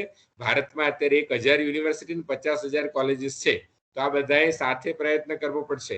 કારણ કે 70% બાબતો નીતિની એવી છે કે જે આપણે જાતે યુનિવર્સિટી તરીકે કરી શકીએ અને 30% બાબતો એવી છે કે જે સરકારે કરવાની છે. બરાબર? જે સરકાર પ્રોવિઝન્સ કરશે, જે સરકાર એને રેગ્યુલેશન આપશે. બાકી 70% બાબતો એવી છે કે તમે જાતે કરી શકો. તો આપણે શરૂઆત કરવાની છે. બીજું ઘણા એવું માને છે કે પેલું એક સ્ટ્રક્ચર બદલ્યું છે, જેમ 10+2+3. 10+2 એ સ્કૂલ એજ્યુકેશનના હતા જૂની શિક્ષણ નીતિમાં, એટલે 86ની શિક્ષણ નીતિમાં. +3 એ હાયર એજ્યુકેશનના હતા. હવે આ શિક્ષણ નીતિમાં નવું માળખું આપ્યું છે 5+3+3+4. એટલે ઘણા એવું માને છે કે આ છેલ્લા 4 છે હાયર એજ્યુકેશનના હશે. જેમ પેલું 10+2+3 માં છેલ્લા 3 હતા એ હાયર એજ્યુકેશનના હતા, એટલે જેમ છેલ્લા 4 છે હાયર એજ્યુકેશનના છે. એમ કરીને ઘણા વક્તાઓ સમજાવે પણ છે, એમની સમજ પ્રમાણે બોલે પણ છે. કારણ કે આપણે બધાએ શું છે કે નીતિ વિશે વાત કરવી છે, પણ એના માટે અભ્યાસ કરવાનો સમય નથી. તો બધાને એકવાર વિનંતી છે કે નીતિ માત્ર 60 પાનાની છે. 2 દિવસ તમે બેસીને નીતિની પારાયણ કરો. જેમ પારાયણ આપણે હનુમાન ચાલીસાના પાઠ કરીએ છીએ એમ આ નીતિના પણ પાઠ કોલેજમાં થવા જોઈએ. આપણા સ્ટાફ રૂમમાં નિરર્થક ચર્ચાઓને બદલે આપણે આ ચર્ચા કરવી જોઈએ. આપણે દરરોજ એક ચેપ્ટર વાંચવાનું રાખીએ તો નીતિના ટોટલ 17 ચેપ્ટર મહત્વના છે. આમ તો 21-22 છે, પણ મહત્વના જે ચેપ્ટર છે એ 17 ગણી શકાય. તો એની તમે પારાયણ કરો, આપણને જે લાગુ પડતા હોય એની, અને તમે વાંચો તો બધાને ખ્યાલ આવે કે આ નીતિ શું છે. તો અધ્યાપક તરીકે આપણી પહેલી ફરજ એ છે કે આ નીતિને આપણે સંપૂર્ણપણે શબ્દસહ વાંચી જઈએ. કેટલી સમજ પડે છે એમાં ના જઈએ, છાપું વાંચતો વાંચી જઈએ તો આગળ ધીરે ધીરે સમજ આપણી ડેવલપ થશે. એટલે આપણે પાછા આવી જઈએ જે વાત કરતા હતા 5+3+3+4 એમાં ક્યાંય હાયર એજ્યુકેશન નથી. અત્યાર સુધી સ્કૂલ એજ્યુકેશનના 12 વર્ષ હતા, એના બદલે આ નીતિમાં 15 વર્ષ કરવામાં આવ્યા છે. એટલે 5+3+3+4 નો સરવાળો કરશો એટલે વિદ્યાલયીન શિક્ષા સ્કૂલ એજ્યુકેશનના 15 વર્ષો છે. કેવી રીતે? તો અત્યાર સુધી બાળ મંદિર જે છે કોઈને કરવું હોય તો કરે, ના કરવું હોય તો કઈ નહીં. ઇનફોર્મલ એજ્યુકેશનમાં આપણે બાળ મંદિરને ગણતા હતા. ફોર્મલ એજ્યુકેશનની શરૂઆત 5+ ગુજરાતમાં RT એક્ટ પ્રમાણે 5 વર્ષનો બાળક થાય, 5 વર્ષ પૂર્ણ કરેલું બાળક હોય એને પહેલા ધોરણમાં પ્રવેશ મળે એટલે આપણે એની વૈદિક શિક્ષા ફોર્મલ એજ્યુકેશન શરૂ થયું એવું કહી શકીએ. પણ હવે એવું નહીં થાય. પહેલા ધોરણથી વૈદિક શિક્ષા નહીં રહે. આપણે એના માટે ગુજરાતે અલગ જોગવાઈ કરી છે. કારણ કે પાછું આ શિક્ષણ નીતિમાં પણ તમને કહું, બધા રાજ્યોમાં સરખું નહીં થાય. ઘણા એમ થાય કેન્દ્ર સરકારે શિક્ષણ નીતિ આપી એટલે બધા રાજ્યોએ લાગુ કરવાની. ના, એવું ના થાય. એટલા માટે કે આપણા બંધારણમાં જે શિક્ષણ જે છે એ કોન્કરન્ટ યાદીમાં છે. તમે જાણો છો બંધારણમાં યાદી આપેલી છે. જેમાં 3 પ્રકારની યાદી છે: કેન્દ્ર યાદી, રાજ્ય યાદી અને સમવર્તી યાદી. બરાબર? સ્ટેટ લિસ્ટ, સેન્ટ્રલ લિસ્ટ અને કોન્કરન્ટ લિસ્ટ. શિક્ષણ જે છે એ કોન્કરન્ટ લિસ્ટમાં છે, એટલે બંનેનું, કેન્દ્ર સરકારનું, રાજ્ય સરકારનું, બંને કામ કરવાનું એમાં. એટલે આમ જોવા જઈએ તો કોઈનું નહીં, કેન્દ્ર સરકારનું પણ નહીં ને રાજ્ય સરકારનું નહીં. રાજ્ય સરકાર એવું કહે કે કેન્દ્રનું, કેન્દ્ર કે રાજ્યનું, એમ એવું પણ થઈ શકે. બંને અર્થો આપણે લઈ શકીએ. તો સમવર્તી યાદીમાં શિક્ષણનો વિષય હોવાને કારણે આ નીતિમાં જેટલું પણ લખાયું છે એ બધું જ બધા રાજ્યો અમલ કરશે એવું માની લેવાની જરૂર નથી. કેટલાક રાજ્યોએ તો સામેથી કહી દીધું, કારણ કે એ લોકો બિચારા વિરોધ કરવામાં એવું માને છે કે ગમે એટલી સારી બાબત હોય પણ વિરોધ તો કરવો જ પડે. બંગાળે કહ્યું કે અમે આ નીતિનો અમલ કરવા માંગતા નથી. બરાબર? તો કેન્દ્ર સરકાર એમને ફરજ પાડી શકે નહીં. પણ ગુજરાત એવું પ્રોગ્રેસિવ રાજ્ય છે કે સારી બાબતો જ્યાં જ્યાંથી આવી છે, આપણે ત્યાં ચાઇનીઝ ભેળ મળે છે એની ચાઇના વાળાને ખબર નથી, બરાબર, કે ચાઇનીઝ ભેળ હોય. એટલે જે કંઈ બાબતો ગમે ત્યાંથી આવી પણ સારું લાગ્યું, ટેસ્ટ સારો લાગ્યો, એ આપણે સ્વીકારી લીધું બધું જ. બરાબર? તો આ સારી બાબત છે, એટલે ગુજરાત એને સ્વીકારવા માટે, આપણે પરિવર્તનશીલ ફ્લેક્સિબલ પ્રજા છીએ, એટલે સ્વીકારવા માટે આપણે હંમેશા ઓપન છીએ. એટલે ઉપનિષદનું વાક્ય જે છે, આનો ભદ્રા ક્રતવો યંતુ વિશ્વતઃ, let us have noble thoughts from all the directions of the world, એ આપણે સ્વીકારેલું છે. એટલે ગુજરાત આને 100% સ્વીકારવા માટે જઈ રહ્યું છે. રાજ્ય સરકારે નિર્ણય કર્યો છે કે નીતિમાં જે કંઈ લખ્યું છે આપણે સ્વીકારીશું. એમાં એની અંદર આપણે જે પહેલા 5 વર્ષની વાત કરીએ છીએ શિક્ષણના, એ પહેલા 3 વર્ષ બાળ મંદિરના અને પહેલું અને બીજું ધોરણ, એને ECCE કહેવામાં આવ્યું છે. એને એલિમેન્ટરી એજ્યુકેશન કહેવામાં આવ્યું છે, early childhood care and education. એટલે પહેલા બાળક 7 વર્ષનું થઈ જાય ત્યાં સુધીનો પહેલા 5 વર્ષનો તબક્કો છે. એટલે બાળ મંદિરનું નર્સરી, જુનિયર કેજી અને સિનિયર કેજી, અને પહેલું અને બીજું ધોરણ. હવે આ બધા બાળકોએ આ પ્રમાણે કરવું પડશે. એટલે 3+ થી બાળકનું ફોર્મલ એજ્યુકેશન શરૂ થઈ જશે. અત્યાર સુધી 5+, 6+ થી થતું હતું, જે હવે 3+ થી થઈ જશે. બરાબર? એટલે એને 3+ થી આપણે અત્યારે આમે શહેરોમાં તો તમે જુઓ નર્સરી સ્કૂલો ચાલુ થઈ જ ગઈ છે ને એમાં ભણવા બાળકોને મૂકી રહ્યા છે. પછીના 3 વર્ષ જે છે એ 3જું, 4થું ને 5મું ધોરણ, પછીના 3 વર્ષ 6, 7 ને 8 ધોરણ, અને પછીના 4 વર્ષનો તબક્કો જે છે એ 9, 10, 11, 12 છે. બરાબર? એટલે 9, 10, 11, 12 એ પ્રકારે. એટલે આખું જે 5+3+3+4 જે છે એ આખું તમે જુઓ તો એમાં ક્યાંય હાયર એજ્યુકેશનની વાત નથી, એ આખું સ્કૂલ એજ્યુકેશન માટેનું છે. એટલે હાયર એજ્યુકેશનની વાત આખી અલગથી કરવામાં આવી છે. એટલે આપણે એ ખાસ ધ્યાનમાં રાખવું જોઈએ કે આ 4 અહીંયા આવતા નથી. એટલે અમલ થવાની શરૂઆત, ઘણાને એવું થાય કે બાળ મંદિરથી શરૂ કરશે પછી 15 વર્ષે હાયર એજ્યુકેશનમાં આવશે. નો, ઇટ્સ નોટ લાઈક ધેટ. આપણે આવતા જ વર્ષથી રાજ્ય સરકાર ઉચ્ચ શિક્ષણમાં પણ તેનો અમલ કરવા માંગે છે. એટલે આ વર્ષે જે 12મું ધોરણ ભણીને આવતા વર્ષે આપણી સિસ્ટમમાં આવશે એ નવી રાષ્ટ્રીય શિક્ષણ નીતિને અંતર્ગત ભણશે. ખાસ આની સાથે શબ્દ જોડાયેલો છે રાષ્ટ્રીય શિક્ષણ નીતિ. રાષ્ટ્રીય કેમ વાપર્યો? તો મિત્રો, અત્યાર સુધીનું આપણું શિક્ષણ એ ભારતની જરૂરિયાતો પ્રમાણેનું નહોતું, અથવા નથી એમ કહી શકાય. અત્યારે પણ આપણી જે જરૂરિયાતો છે એ પ્રમાણેનું શિક્ષણ આપણે આપીએ છીએ. તમે જુઓ, બધું જ અંગ્રેજી માધ્યમમાં. એટલે ભાઈ બધાને ક્યાં આપણે વિદેશ મોકલી દેવા છે? ઇવન SBIમાં પટ્ટાવાળાની એક્ઝામ લેવામાં આવે છે એ પણ અંગ્રેજીમાં લેવામાં આવે છે.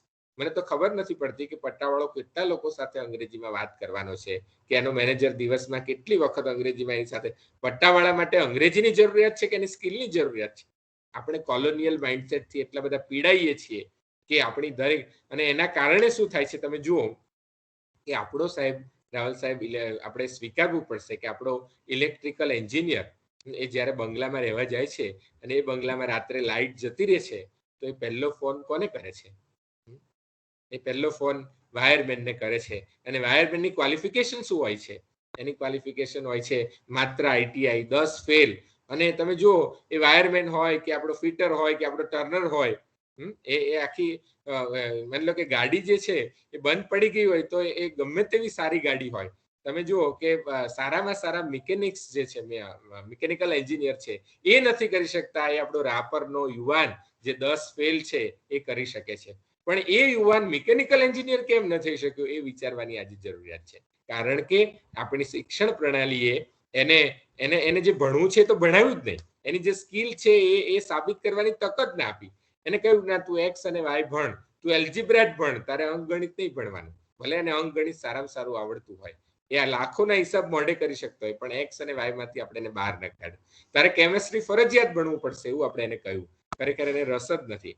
અને જો આ યુવાન, આપણો ગામડાનો યુવાન, એને આપણે ગુજરાતીમાં એન્જિનિયરિંગ કરવા માટે તક આપી હોત તો મિત્રો એ આવા અનેક યુવાનો એ એન્જિનિયરિંગ સારામાં સારી રીતે કરી શક્યા હોત.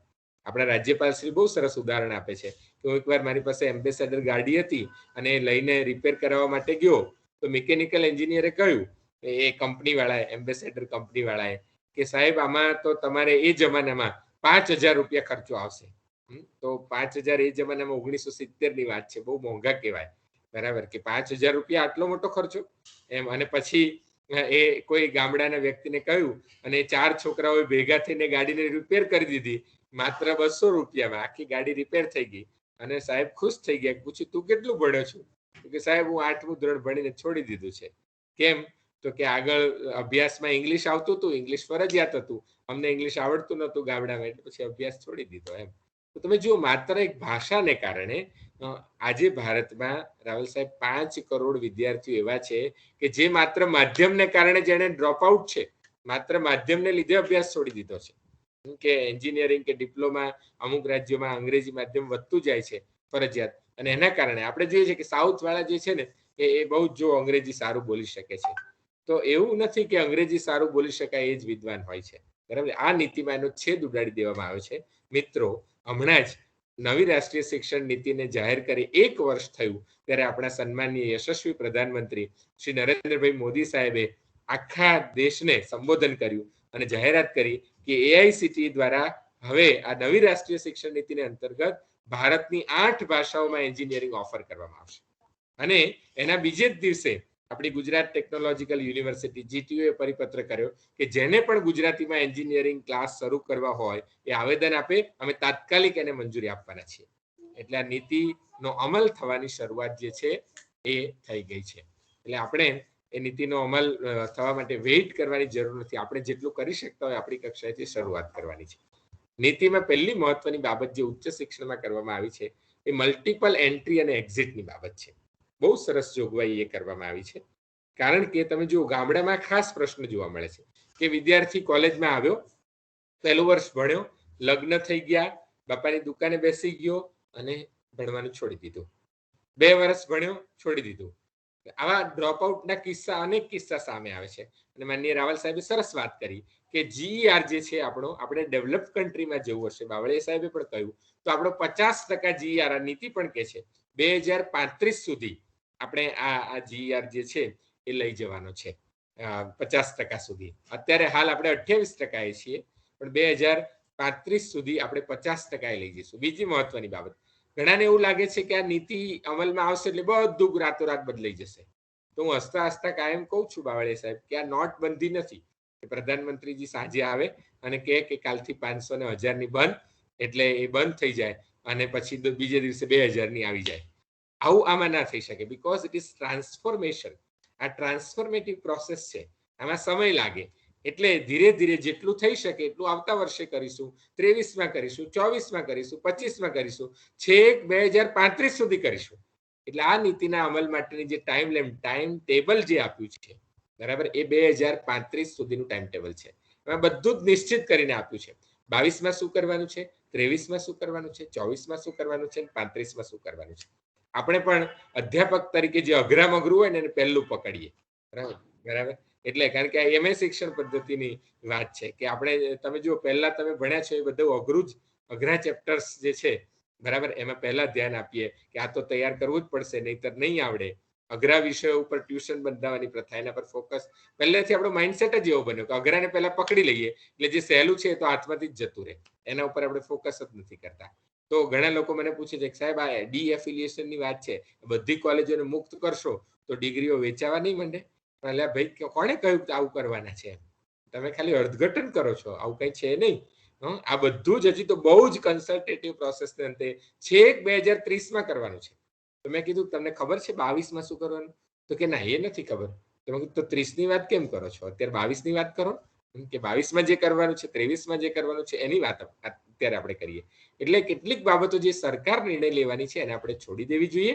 આપણે જે કરવાનું છે એના વિશે વાત કરવી જોઈએ. મલ્ટિપલ એન્ટ્રી અને એક્ઝિટ જે છે એ વિદ્યાર્થીને એવી તક આપે છે. તમે જુઓ રાહુલ સાહેબ કે અત્યારે તમારે ત્યાં બહુ જ સરસ રીતે વ્યવસ્થા હશે. પહેલું અને બીજું સેમેસ્ટર ભણીને કોઈ વિદ્યાર્થી અભ્યાસ છોડી દે, તમે એને ફોન કરો, તમે એને કાગળ લખો. ઘણીવાર ગામડાની કોલેજમાં આપણે એને પર્સનલ ટચ આપીને બોલાવી આવીએ ઘેર જઈને કે ભાઈ ભણ તો તારું કલ્યાણ થશે, નહીતર નહીં ભણે તો કશું નહીં થાય. ભલે તું 2 લેક્ચર ભરજે કે અઠવાડિયામાં 3 દાડા આવજે, પણ આવ ખરો, ભણવાનું ચાલુ રાખ. બરાબર, એવું આપણે કહીએ છીએ. હવે તમે વિચાર કરો કે આ સિસ્ટમમાં કોઈ વિદ્યાર્થી પહેલું સેમેસ્ટર ભણે કે બીજું સેમેસ્ટર ભણે, 2 સેમેસ્ટર ભણીને બહાર નીકળી જાય તો એ 2 સેમેસ્ટર સુધી એક તો એ બહુ ઓછી ફીમાં ભણ્યો, બરાબર, એટલે એને સરકારની બધી વ્યવસ્થાનો લાભ લીધો, કેટલા રિસોર્સ વાપર્યા આપણા, એને કેટલો એનો સમય એને ઇન્વેસ્ટ કર્યો, અને અંતે એ માની લો કે પહેલું વર્ષ ભણીને FY BA કરીને છોડી દે તો એ સમાજમાં નોકરી લેવા જાય તો એને શું કહેવાય? તો એને 12 પાસ કહેવાય. બરાબર, એવું ના કહી શકે મેં FY BA કર્યું છે. એને કંઈ આપણે, કારણ કે આપણે ત્યાં નોમેન કલ્ચર નથી, FY BA ને માન્યતાનું કોઈ નોમેન કલ્ચર નથી. તમે જો કોઈ નોકરીમાં એવું લખ્યું છે કે FY BA કરેલા ને અમે નોકરીએ લઈશું, કાં તો 12 પાસ હોય ને પછી સીધું સ્નાતક આવે સરકારની ભરતીઓમાં પણ. તો આ પ્રમાણે માની લો છેક સેમેસ્ટર 5 થી પણ કોઈ વિદ્યાર્થી અભ્યાસ છોડી દે છે તો એને પણ કંઈ આપણે સિસ્ટમમાં સમાવેશ કરી શકતા નહોતા. એ 2.5 વર્ષ ભણ્યો હોય તો એ શું કહેવાય? 12 પાસ જ કહેવાય. એવું ના કહી શકે કે મેં સેમ 5 સુધી અભ્યાસ કરેલો છે. બરાબર, એ ક્યાંય આપણા નોમેન કલ્ચરમાં આવતું નથી. એટલે એના પરિણામ સ્વરૂપે ડ્રોપ આઉટનો રેશિયો વધે છે. બીજું સાહેબે કહ્યું એમ કે આપણે તો સળંગ ભણવાની પદ્ધતિ છે. એટલે કોઈને લગ્ન થઈ ગયા પછી એને પાછું ભણવા આવવું હોય તો કે ના, હવે કોર્સ બદલાઈ ગયો છે, તારાવાળા એટેમ્પ પૂરા થઈ ગયા એટલે હવે તારે ફરીથી FY કરવું પડે, એવું આપણે કહીએ છીએ. બરાબર, અને એના પરિણામ સ્વરૂપે વિદ્યાર્થી કે મરવા દો ને, હવે નથી ભણવું આગળ, શા માટે આપણે આગળ કરવું? એટલે એના માટે મલ્ટિપલ એન્ટ્રી, મલ્ટિપલ એક્ઝિટ બહુ જ ક્રાંતિકારી પગલું આ શિક્ષણ નીતિમાં આપવામાં આવ્યું છે. એટલે પહેલું વર્ષ ભણીને જે વિદ્યાર્થી બહાર નીકળશે એને આપણે સર્ટિફિકેટ, જો એને નીકળી જવું હોય તો એને સર્ટિફિકેટ આપીશું. બીજું વર્ષ ભણીને બહાર નીકળે તો એને આપણે ડિપ્લોમા આપીશું. ત્રીજું વર્ષ ભણીને બહાર નીકળે તો બેચલર્સ ડિગ્રી આપીશું. અને કોઈને એમ થાય કે મારે બહુ જ સારું ભણવું છે, ઉચ્ચ શિક્ષણ આગળ લેવું છે, તો એ 4 વર્ષનું બેચલર પણ કરી શકે. એટલે હવે 2 પ્રકારના બેચલર કોર્સીસ આપણી સામે હશે, 3 years bachelor courses, 4 years bachelor courses. તો તમારી કોલેજે શું કરવું જોઈએ? અત્યારથી વિચારી લેવું જોઈએ કે આપણે 3 yearsમાં જ રહેવું છે કે 4 yearsના હાયર, જેને કહેવાય છે રિસર્ચ બેઝ બેચલર કોર્સીસ. એમાં એવું લખ્યું છે કે research base honours bachelors degree એ 4 yearsની હશે, એમાં જવું છે. જો એમાં જવું હોય તો આપણી અત્યારથી તૈયારી કરવી પડશે એના માટેની, કારણ કે કોલેજ ઉપર છે તેને કયા પ્રકારે અભ્યાસક્રમો, પ્રોગ્રામ્સ જે છે એ ચલાવવા છે. બરાબર, BA અને BCom એને પ્રોગ્રામ કહેવાય, અને અંદરના જે જનરલી આપણે એને કોર્સ કહીએ છીએ, પણ એ કોર્સ નથી. શિક્ષણ નીતિ પ્રમાણે BA, BCom, BSc એ પ્રોગ્રામ છે, અને આપણે ભણીએ છીએ 101 ફાઇનાન્શિયલ એકાઉન્ટિંગ, જેને આપણે પેપર કહીએ છીએ, પેપર એ કોર્સ છે. એટલે આપણે ધ્યાન રાખવું જોઈએ. તો કોર્સ અને પ્રોગ્રામ વચ્ચેનું જે વિભાવના છે આપણે સમજી લેવી જોઈએ. તો એ પ્રમાણે આપણે 4 yearsના પણ ચલાવીશું બેચલર્સ પ્રોગ્રામ, અને 3 yearsના પણ ચલાવીશું. વિદ્યાર્થીને એમ થાય કે મારે 3 વર્ષે છોડી દેવું છે તો એ છોડી શકે અને બેચલર્સ ડિગ્રી મળી જાય. કોઈ વિદ્યાર્થીને એમ થાય કે મારે તો આગળ PhD કરવું છે, આગળ ભણવું છે, મારે માસ્ટર્સ કરવું છે, તો એ 4 yearsનો બેચલર્સ પ્રોગ્રામ કરે, પછી 1 જ વર્ષમાં એ માસ્ટર ડિગ્રી પ્રાપ્ત કરી શકે, એવી જોગવાઈ એમાં કરવામાં આવી છે. અને PhD ડાયરેક્ટ બેચલર્સ પછી પણ PhD કરી શકાય અને માસ્ટર્સ પછી પણ કરી શકાય, એવી પણ જોગવાઈ એની અંદર કરવામાં આવી છે. એટલે 4 years વાળો પણ PhD કરી શકે અને 5 years વાળો પણ કરી શકે. MPhil ને અહીંયાથી નાબૂદ કરી દેવામાં આવ્યું છે. MPhil કોર્સીસ હવે બંધ થઈ જવાના છે, અને ઘણી યુનિવર્સિટીઓ તો જાહેર પણ કરી દીધું. મેં કીધું ને, અમલમાં પહેલી વાત એ છે કે MPhil તાત્કાલિક બંધ કરવું એવું લખ્યું છે. એટલે 2021માં જ MPhil બંધ થઈ રહ્યા છે અને બધે થઈ જવાના છે. એટલે આગળ MPhil રહેવાનું નથી. તો હવે MPhil ના રહે તો રિસર્ચ માટે કોઈ વિદ્યાર્થીને તૈયાર કરવો હોય તો તમે વિચાર કરો, અત્યારે MPhil છે તો હવે PhD માં જાય ત્યારે કોર્સલેટ જેવો હોય છે, તો MPhil નીકળી જશે તો આ વિદ્યાર્થીઓ કેવા PhD માં જ્યારે કરવા જશે ત્યારે કેવા હશે? અને રિસર્ચ ઓરિએન્ટેશન જ નહીં મળે, કશું નહીં થાય. એટલે એના માટે એ જોગવાઈ કરવામાં આવી છે કે જે 4થું વર્ષ છે બેચલર્સ ડિગ્રીનું, એ રિસર્ચ બેઝ બનાવવાનું છે. આપણે એ ચીલાચાલુ બનાવવાનું નથી. જે વિદ્યાર્થીઓએ 3 વર્ષ ભણીને નીકળી જવું હોય એને છૂટ આપવામાં આવી છે. એટલે રિગરસ જેને ભણવું છે, એક સિરિયસ જેને ભણવામાં રસ છે, એવા જ વિદ્યાર્થીઓ 4થા વર્ષમાં રહે. અને એના પરિણામ સ્વરૂપે 4થા વર્ષમાં 2 વસ્તુ પર ફોકસ, એક તો ઇન્ટર્નશિપની વાત, ઇન્ટર્નશિપ પર ફોકસ, પ્રેક્ટિકલ લર્નિંગ પર ફોકસ, અને બીજું રિસર્ચ પર ફોકસ. બીજું રિસર્ચ માઇન્ડસેટ વિકસાવવાની વાત. આપણે રિસર્ચમાં બહુ પાછળ છીએ, એટલે પહેલા જ વર્ષથી હાયર એજ્યુકેશનમાં વિદ્યાર્થી આવે છે ત્યારથી એનો રિસર્ચ માઇન્ડસેટ વિકસે એવા અભ્યાસક્રમો, એવા કોર્सेस આપણે ત્યાં હોવા જોઈએ. હવે રિસર્ચ માઇન્ડસેટ એટલે શું? તો એ લોજિકલ વિચાર તો થાય, પ્રોબ્લેમ સોલ્વિંગ સ્કિલ એની વધે, એવા પ્રકારના કોર્सेस એ પણ તમારે જ તૈયાર કરવું પડશે. એમાં પણ કોલેજનો રોલ આવશે. હવે તમને એમ થાય કે આ રિસર્ચની વાત પહેલા વર્ષથી કેમ, FYBA થી કેમ, તો બધા વિદ્યાર્થીઓ PhD કરી લેવાના છે એવું નથી. પણ એ વિદ્યાર્થી જે પણ ફિલ્ડમાં જશે, જ્યાં સમસ્યાઓ આવશે, ત્યાં એ રિસર્ચ માઇન્ડસેટથી એનું સમાધાન જે છે એ વૈજ્ઞાનિક રીતે કરી શકે, એ માટે સક્ષમ બને, એ માટે આપણે એવા અભ્યાસક્રમો તૈયાર કરવાના છે. હવે મલ્ટિપલ એન્ટ્રી એક્ઝિટમાં મને લાગે છે તમને ખ્યાલ આવી ગયો હશે કે પહેલા વર્ષે સર્ટિફિકેટ, પછી ડિપ્લોમા, પછી બેચલર્સ, પછી બેચલર્સ ઓનર્સ અને પછી માસ્ટર્સ. માની લો કોઈ વિદ્યાર્થીએ 3 વર્ષે ભણવાનું છોડી દીધું, બેચલર્સ ડિગ્રી લઈ લીધી, તો પછી માની લો કે એને માસ્ટર્સ કરવું હોય તો એના માટે 2 વર્ષનું અત્યારે ચાલે છે એવું માસ્ટર્સ તો ખરું જ પાછું, બરાબર? એટલે એ પણ અવેલેબલ છે. એટલે 3+2 પણ થઈ શકે અને 4+1 પણ થઈ શકે. તો આપણે કયા પ્રકારના અભ્યાસક્રમોમાં જવું છે એ ખાસ આપણે તૈયારી એની અત્યારથી કરી લેવી જોઈએ. બીજું, એને અભ્યાસક્રમ સાથે પણ રિલેટ કરવામાં આવશે, કારણ કે આ આખી નીતિને હોલિસ્ટિક રીતે જોવી જોઈએ. કેવી રીતે? માની લો કે અત્યારે આપણે જે અત્યારનો અભ્યાસક્રમ છે એ અભ્યાસક્રમમાં મુકેશભાઈ આપણે સર્ટિફિકેટ, ઘણી યુનિવર્સિટીઓ આવી ભૂલ કરવા જઈ રહી છે. હા, તો એવું ન કરવું જોઈએ કે અત્યારે દાખલ જાહેર કરી દે કે ભાઈ અમે પહેલા આ નીતિનો અમલ કરવામાં, એમ કરીને જાહેર કરે કે ભાઈ અમે સર્ટિફિકેટ આપીશું, ડિપ્લોમા આપીશું, બેચલર્સ આપીશું. પણ આનાથી બહુ મોટું નુકસાન થશે આવું થશે તો. એમ એટલા માટે કે અત્યારે તમારો વિદ્યાર્થી FYBA ગુજરાતી કરીને બહાર નીકળે, એને શું આવડતું હોય એમ કહો? FY BCom કરીને બહાર નીકળે તો એને શું આવડતું હોય છે એમ કહો, બરાબર? તો એની જે લર્નિંગ એબિલિટી જે છે, એની સ્કિલ ડેવલપમેન્ટ છે, એ તો અત્યારે થતું નથી. BCom થયેલાની, MCom થયેલાની વેલ્યુ નથી, તો તમારા સર્ટિફિકેટની શું વેલ્યુ રહેશે? તો એ વાસ્તવિકતાનો પણ આપણે સ્વીકાર કરવો જોઈએ. એના પરિણામ સ્વરૂપે બહુ જ ડ્રાસ્ટિક ચેન્જ લાવ્યા પછી, એટલે તમારે એવું કરવું પડે. અત્યારે આપણે જ્યારે અભ્યાસક્રમ બનાવીએ છીએ ત્યારે રાહુલ સાહેબ બહુ સિનિયર છે એટલે જાણતા હશે, અભ્યાસક્રમમાં આપણે લર્નિંગ આઉટકમની રચના કરીએ છીએ. એ લર્નિંગ આઉટકમ 3 વર્ષના સળંગ બનાવીએ છીએ. એટલે કે અમારો BCom નો વિદ્યાર્થી એ પ્રવેશ લે છે તો આપણે એવું માની લઈએ છીએ કે 3 વર્ષને અંતે જ બહાર નીકળે છે, સમાજમાં જાય છે, તો એ આવો હશે, એને સ્કિલ ડેવલપ થયેલી હશે, એની એકાઉન્ટિંગ સ્કિલ સારી હશે, એકાઉન્ટિંગ ટેકનિક વિશે એને ખબર હશે, એ કમ્પ્યુટરાઇઝ એકાઉન્ટિંગ વિશે ખબર હશે, આવું એનું હોલિસ્ટિક ડેવલપમેન્ટ થયેલું છે. આ લર્નિંગ આઉટકમ છે. 3 વર્ષનો વિચાર આપણે એક સાથે અત્યારે કરીએ છીએ. હવે નવી રાષ્ટ્રીય શિક્ષણ નીતિમાં આપણે દરેક વર્ષનો વિચાર અલગથી કરવો પડશે. એવું વિચારવું પડશે બાવળિયા સાહેબ કે આ વિદ્યાર્થી 1 વર્ષમાં અહીંથી નીકળી જવાનો છે, એમ જ માનીને અભ્યાસક્રમ તમારે તૈયાર કરવાનો છે. 1 વર્ષમાં નીકળી જાય તો એને શું આવડતું હોય? તો મારે એ કરી દેવું પડે કે જે સર્ટિફિકેટ કોર્સ છે એની સ્કિલ, કોર સ્કિલ એ રહેશે કે એને રિટર્ન ફાઇલ કરતા આવડતું હશે. એટલે બજારમાં એ જાય તો કોઈ ટેક્સ પ્લાનરને ત્યાં કે ટેક્સ કન્સલ્ટન્ટને ત્યાં નોકરી કરવા જાય એ છોકરો, તો BCom એક સર્ટિફિકેટ કોર્સ ઇન કોમર્સ કરીને જાય તો એને એટલીસ્ટ ઓનલાઈન રિટર્ન ફાઇલ કરતા આવડતું હોય. બીજું આવડે કે ના આવડે, પણ આટલું તો આવડતું જ હોય. તો એના આધારે રોજગારી મેળવી શકે, એના આધારે સ્વરોજગારી પ્રાપ્ત કરી શકે, બરાબર? એના આધારે આગળ કંઈક કામ કરી શકે. Is that clear? માની લો ગુજરાતીમાં BA છે તો તમે એમ કહી શકો કે અમારો જે વિદ્યાર્થી છે પહેલા વર્ષની અંતે એને પ્રૂફ રીડિંગ આવડતું હશે, આ સ્કિલ થઈ. કે 2 વર્ષને અંતે એને અનુવાદ કરતા આવડતું હશે, આ સ્કિલ થઈ. તો આ સ્કિલને આધારે બજારમાં એ જાય તો એને પ્રકાશકોને સારા પ્રૂફ રીડર મળતા નથી, સારા અનુવાદકો મળતા નથી, અને એક બાજુ ગુજરાતીની લાંબી ફોજ એવું કહે છે કે અમારે ત્યાં એમ્પ્લોયમેન્ટ જ નથી, ગુજરાતી વિષય ન રખાય નહીતર રોજગારી મળતી નથી. તો આ બધા જ પ્રશ્નોના સમાધાન સ્વરૂપે આપણે એવું કરવું પડે, કેપ્સ્યુલ કોર્સ બનાવવા પડે. દરેક વસ્તુનો અલગ અલગ, 1 વર્ષ ભણે તો આટલું સ્કિલ ડેવલપમેન્ટ થાય, 2 વર્ષ ભણે તો આટલું થાય, 3 વર્ષ ભણે તો આટલું થાય, અને 4 વર્ષ ભણે તો આટલું થાય. એ પ્રકારેની વ્યવસ્થા આપણે કરવી પડશે. તો અને તો જ આપણે વધારે સારી રીતે એને અમલમાં મૂકી શકીશું. નહીતર અત્યારે આ કોર્સિસમાં તો અત્યારે જે પદ્ધતિ ચાલે છે એ પ્રમાણે આપણે કરવા જઈશું તો પ્રોબ્લેમ આવશે.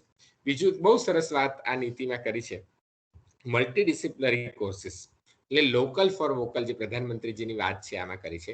તમે તમારે ત્યાં તમારી રાપરની જરૂરિયાત છે એવા પ્રકારના અભ્યાસક્રમો બનાવી શકો, અને તમારી બોર્ડ ઓફ સ્ટડી હવે એને માન્યતા આપશે. અત્યાર સુધી શું થતું હતું કે સિનિયર લોકો જે છે એ યુનિવર્સિટીમાં પાઠ્યક્રમ બનાવે, બાવળિયા સાહેબ જેવા કોઈ હોય એની પર ચોપડી લખે, બરાબર, પછી વસાવા સાહેબ છે એને ભણાવે, જયેન્દ્રભાઈ છે એનું પેપર કાઢે, અને પલ્લવીબેન જે છે એની આન્સર શીટ જે છે એ તપાસે. એટલે આખી વ્યવસ્થા તૂટક હતી. હવે તમે તમારા જે વિસ્તારની જરૂરિયાતના આધારે તમે કોર્સીસ ડેવલપ કરી શકો, યુનિવર્સિટી એને મંજૂરી આપશે. બરાબર, એવા પ્રકારના જે કોર્સીસ છે એને યુનિવર્સિટી મંજૂરી આપવી એવું આ નીતિમાં કહ્યું છે. તો તમારો પોતાનો તૈયાર કરો. કે માની લો કે તમે બીબીએ ચલાવતા હોય તો બીબીએ માર્કેટિંગ કરો, તો તમારે ત્યાં કચ્છમાં કેટલી બધી વસ્તુ એવી છે જેનું માર્કેટિંગ બહુ સરસ રીતે તમે કરી શકો, સ્ટ્રેટેજિકલ રીતે કરી શકો. એટલે માર્કેટિંગ સ્ટ્રેટેજીના માસ્ટર તમે ત્યાં બની શકો છો. અને એમાં સ્વરોજગારને આધારે કચ્છની જે હસ્તકલા જે છે, બરાબર, કચ્છની જે કલાઓ છે, એનું જે પેઇન્ટિંગ છે, આ બધાનો કે ટુરિઝમ છે ત્યાંનું, એના આધારે આપણે એવા કોર્સીસ ડેવલપ કરી શકીએ છીએ. બીકોમમાં તમે ટુરિઝમ કેમ નથી દાખલ કરતા? આપણે ટુરિઝમને દાખલ કરી શકીએ ઇલેક્ટિવ કોર્સ તરીકે. તો ધોળાવીરાને આપણે વિશ્વ વિરાસતમાં દાખલ કર્યું છે, જાહેર કર્યું છે. તો આપણે કહી શકાય કે હવે ધોળાવીરા જે છે એમાં અનેક ગાઈડની જરૂર પડવાની છે. તો આપણે ત્યાં ઇંગ્લિશમાં સરસ કોમેન્ટ્રી આપી શકીએ, ઇંગ્લિશમાં સમજાવી શકીએ, ગુજરાતીમાં સમજાવી શકીએ, હિન્દીમાં સમજાવી શકીએ, એવા અલગ અલગ માધ્યમોના ગાઈડ જે છે આપણે તૈયાર કરવા માટેનો ઇલેક્ટિવ કોર્સ વિદ્યાર્થીને આપવો જોઈએ. એના માટેની તૈયારી કરી લેવી જોઈએ. તમારે ત્યાં રણોત્સવ થાય છે, અનેક વિદેશીઓ ત્યાં આવે છે. તો શું સ્ટેચ્યુ ઓફ યુનિટીમાં આપણે પ્રયોગ કર્યો છે કે ત્યાંની સરકારી કોલેજોમાં સંસ્કૃતમાં ગાઈડ માટેની ટ્રેનિંગ આપવામાં આવે છે, અને એ ટ્રેનિંગના આધારે ત્યાંની જે આદિજાતિ વિસ્તારની બહેનો છે એ સરસ રીતે અત્યારે ગાઈડ બની છે અને રોજગારી પ્રાપ્ત કરી શકી છે. બરાબર, તો આવા પ્રકારના અનેક ઇલેક્ટિવ, તમારું જે પોટેન્શિયલ છે કચ્છનું, એ પોટેન્શિયલને આધારે તમે ઇલેક્ટિવ્સ બનાવી શકો અને ઇલેક્ટિવ્સ વિદ્યાર્થીને ઓફર કરી શકો. એનું સ્કિલ ડેવલપમેન્ટ અલ્ટિમેટલી દરેક સેમેસ્ટરમાં સ્કિલ ડેવલપમેન્ટની વાત કરવાની છે. એ સ્કિલ ડેવલપમેન્ટને આધારિત કોર્સીસ ઓફર કરવાની વાત છે. ઘણાને એમ થાય કે સર આમાં એવી વાત કરી છે કલાઓની વાત કે મ્યુઝિક, પેઇન્ટિંગ. તો મિત્રો, તમારે ત્યાં કચ્છ યુનિવર્સિટીમાં આ આદાન પ્રદાનની વાત છે. કોઈ વિદ્યાર્થીને મ્યુઝિક શીખવું છે, તમે મ્યુઝિક ઓફર કરી શકશો. હવે એમ થાય રાવલ સાહેબ કે તરત કે કોઈ પણ પ્રિન્સિપાલ હોય, આ તો ઉદાહરણ આપું છું, કે કોઈ પણ પ્રિન્સિપાલ હોય તરત કે સાહેબ મ્યુઝિક ઓફર તો કરીએ, વાંધો નથી, પેઇન્ટિંગનું ઓફર તો કરીએ, પણ અધ્યાપક ક્યાં? અત્યારે અધ્યાપકોની કમી છે, મેકઅપ મળતું નથી, સરકાર માણસો આપતી નથી, આવા અનેક પ્રશ્નો આવે છે. તો એ પણ આ નવી રાષ્ટ્રીય શિક્ષણ નીતિમાં એનો થોડોક સોલ્યુશન એમાં આપવામાં આવ્યું છે. 60-40 બ્લેન્ડેડ લર્નિંગ કોન્સેપ્ટ આપણને આપ્યો છે. એટલે હવે અત્યારે તમારી કોલેજમાં માની લો કે હું પ્રવેશ લઉં, તો હું બીકોમમાં પ્રવેશ લઉં, તો બીકોમના મારે 7 પેપર તમારે ત્યાં હોય, તમારે ત્યાં જ ભણવા પડે, અને તમે એટલા જ ઇલેક્ટિવ આપો કે જેટલા તમારે ત્યાં ચાલતા હોય. બીજા ઇલેક્ટિવ તમે આપતા જ નથી. એના કારણે CBCS નો છેદ ઉડી જાય છે. એના માટેની સૌથી સરસ વ્યવસ્થા આ બ્લેન્ડેડ લર્નિંગ મોડમાં છે. એટલે માની લો કે હું તમારે ત્યાં હું એડમિશન લઉં છું, તો હવે હું પ્રોગ્રામમાં એડમિશન નહીં લઉં, તમારે ત્યાં કોર્સમાં એડમિશન લઈશ. કારણ કે UGC 60-40 કહ્યું છે. એટલે 60% કોર્સીસ તમારે ત્યાં મારે ભણવા પડે, બરાબર, અને ઓછામાં ઓછા, અને 40% કોર્સીસ હું બહારથી કરી શકું. એટલે માની લો કે મેં મ્યુઝિક ઓપ્ટ કર્યું, તો હું અમદાવાદની જે ઉપાસના સ્કૂલ છે એનો મૂક કોર્સ હોય એ ઓનલાઈન હું ઓપ્ટ કરી શકું, ઓનલાઈન એ કોર્સને લઈ શકું, અને પછી ઓનલાઈન એ કોર્સને લીધા પછી એની પરીક્ષા પણ ભણું પણ ઓનલાઈન અને પરીક્ષા પણ ઓનલાઈન આપું. એમાં જે ઓનલાઈન છે મૂકનું, એ અત્યારે આપણે બધા ચલાવી એવી ધુપ્પલ પરીક્ષા વાળું ઓનલાઈન નથી. હું બહુ જ સ્વાભાવિક રીતે આ શબ્દ બોલું છું, ધુપ્પલ પરીક્ષાઓ વાળું, કે આપણે ત્યાં ગૂગલ ફોર્મમાં આપણે મોકલી દઈએ 10 ક્વિઝ 10 ક્વેશ્ચન ને વિદ્યાર્થીઓ ભરીને જવાબ મોકલી દે, પછી આપણે કહીએ આને પરીક્ષા લીધી. ના, એવી પરીક્ષા નથી. ત્યાં આગળ બહુ સરસ કોમ્પ્યુટર સેન્ટરમાં જઈ અને વિદ્યાર્થી ઓનલાઈન પરીક્ષા આપવાની છે. અને એ પરીક્ષા એટલે વિદ્યાર્થીઓ જે છે, કચ્છનો વિદ્યાર્થી હવે IIT-માં ભણી શકે, કચ્છનો વિદ્યાર્થી IIM-માં ભણી શકે. કેવી રીતે? મૂક કોર્સીસ દ્વારા. એટલે 40% કોર્સ છે એ તમે ત્યાંથી ઓપ્ટ કરી શકો. એમ લાગે કે ફાઇનાન્શિયલ મેનેજમેન્ટ, મુકેશભાઈના વિદ્યાર્થીને એમ લાગે કે મારે ફાઇનાન્શિયલ મેનેજમેન્ટ દિલ્હી યુનિવર્સિટીથી ભણવું છે, તો તમારે એને મંજૂરી આપવી પડશે. અને એ મંજૂરીને આધારે વિદ્યાર્થી ઓનલાઈન એ કહી દેશે કે હું આ કોર્સ અહીંયા ભણવાનો નથી. કોર્સ એટલે એ પેપર એ દિલ્હી યુનિવર્સિટીમાં ભણી આવશે. દિલ્હી યુનિવર્સિટી એની પરીક્ષા ઓનલાઈન લઈ લેશે, અહીંથી એના માર્ક પણ મૂકી દેશે. અને જે નવી વાત છે એકેડેમિક બેંક ઓફ ક્રેડિટ ABCમાં વિદ્યાર્થીના માર્ક જમા થઈ જશે દિલ્હી યુનિવર્સિટીમાંથી, અને એ ક્રેડિટ તમને દેખાશે કે હા આના માર્ક આવી ગયા. એનું ઇન્ટરનલ પણ દેખાશે ને એક્સટર્નલ પણ દેખાશે. તો આ પ્રકારની વ્યવસ્થા બહુ મોટો ડ્રાસ્ટિક ચેન્જ આવવા માટે જઈ રહ્યો છે. એના માટે પણ આપણે સૌએ તૈયાર રહેવું પડશે કે વિદ્યાર્થીની સ્વતંત્રતા, વિદ્યાર્થી જ્યાં ભણવું હોય ત્યાં 40% એને સ્વતંત્રતા, 40% કોર્સિસ અહીંયા અવેલેબલ નથી તો ત્યાં કરી શકે. હવે બીજી ઉલટી વાત કરું એનાથી કે તમારે ત્યાં કચ્છમાં બહુ મોટું પોટેન્શિયલ છે, કચ્છી ભાષાને સાચવવા માટેનું આપણે ત્યાં એક પડકાર છે, તો આર્ટ્સના વિદ્યાર્થીઓ કચ્છી ભાષાને લગતો ઓનલાઈન કોર્સ કરી શકે કે કેમ? વિચારો, કેટલા બધા દુનિયામાં કેટલા બધા કચ્છીઓ બધે જ છે. તમે જુઓ, આફ્રિકામાં જુઓ કે તમે અમેરિકામાં જુઓ, બધે જ કચ્છીઓ વસે છે.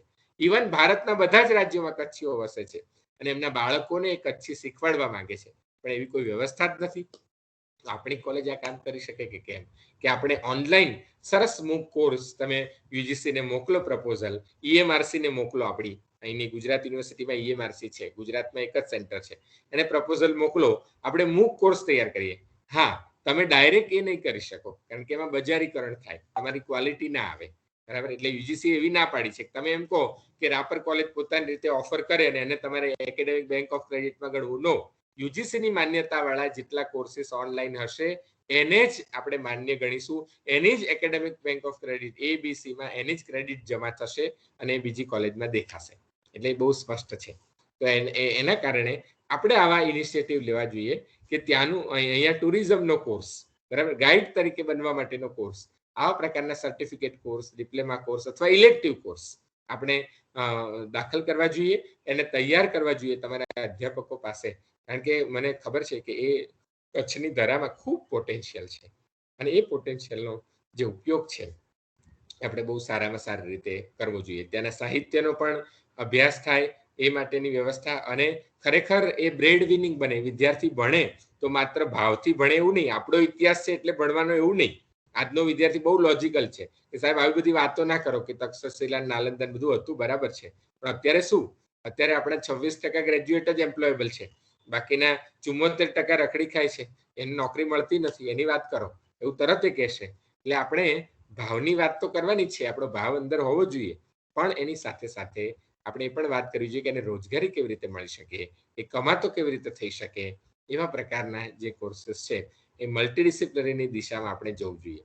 એટલે અહીંયા વાત કરી કે કોમર્સના વિદ્યાર્થીને ઇલેક્ટિવ તરીકે સંસ્કૃત ભણી શકાય, તો ઘણા એવું કહે છે કે સાહેબ CBCSમાં આવું જ હતું અને આપણે CBCSને દાખલ કરીને કેવી રીતે દાખલ કરી આપણે બધા જાણીએ છીએ, અને સેમેસ્ટર સિસ્ટમ લાયા એટલે ચોપડીના 2 ભાગ કર્યા, 8 ચેપ્ટર હતા, 4 પહેલામાં 4 બીજામાં, એમ કરીને સેમેસ્ટર સિસ્ટમ એડોપ્ટ કરી, એવું આનું થશે એવું કહે છે બધા, પણ આપણે એવું કરવાનું નથી. નીતિનો જે ભાવ છે એ ભાવ સમજીને આપણે કામ કરવાનું છે. એટલે આ બહુ મહત્વની જોગવાઈ વિદ્યાર્થીઓ માટે છે કે મલ્ટીડિસિપ્લિનરીને લીધે તમારે આની સાથે આ જ મળે.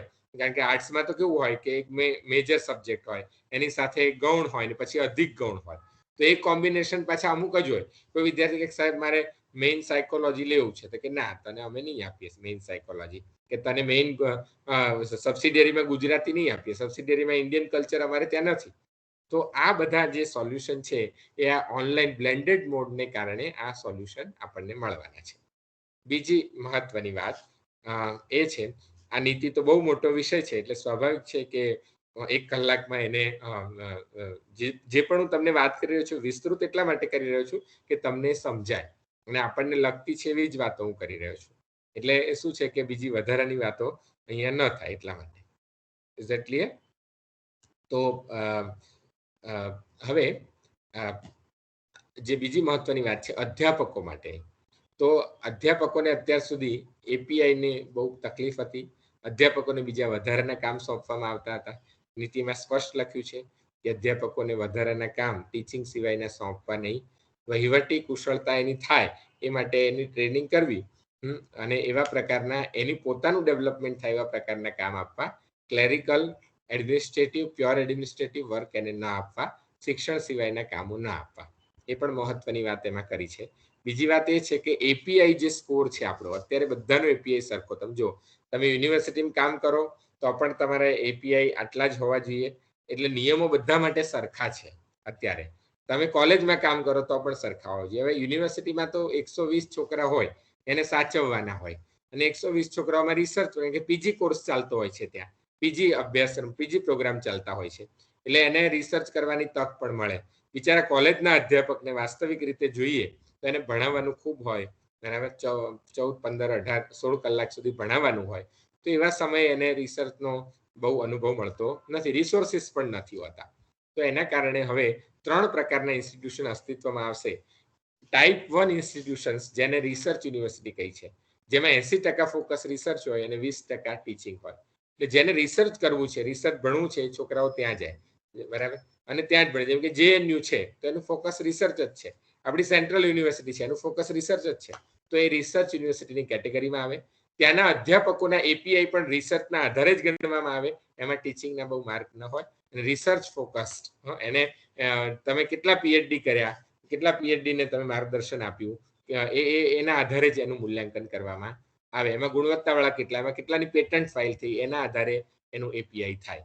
કારણ કે અત્યારે શું છે કે તમે અધ્યાપકને ફોર્સ કરો છો કે રાપરમાં ભણાવતો હોય કે ડેડિયાપાડામાં ભણાવતો હોય, તારે ફરજિયાત રિસર્ચ કરવાનું છે. તારો API 120 નહીં થાય, તને પ્રમોશન નહીં મળે, 7માંથી 8માં નહીં જઈ શકે.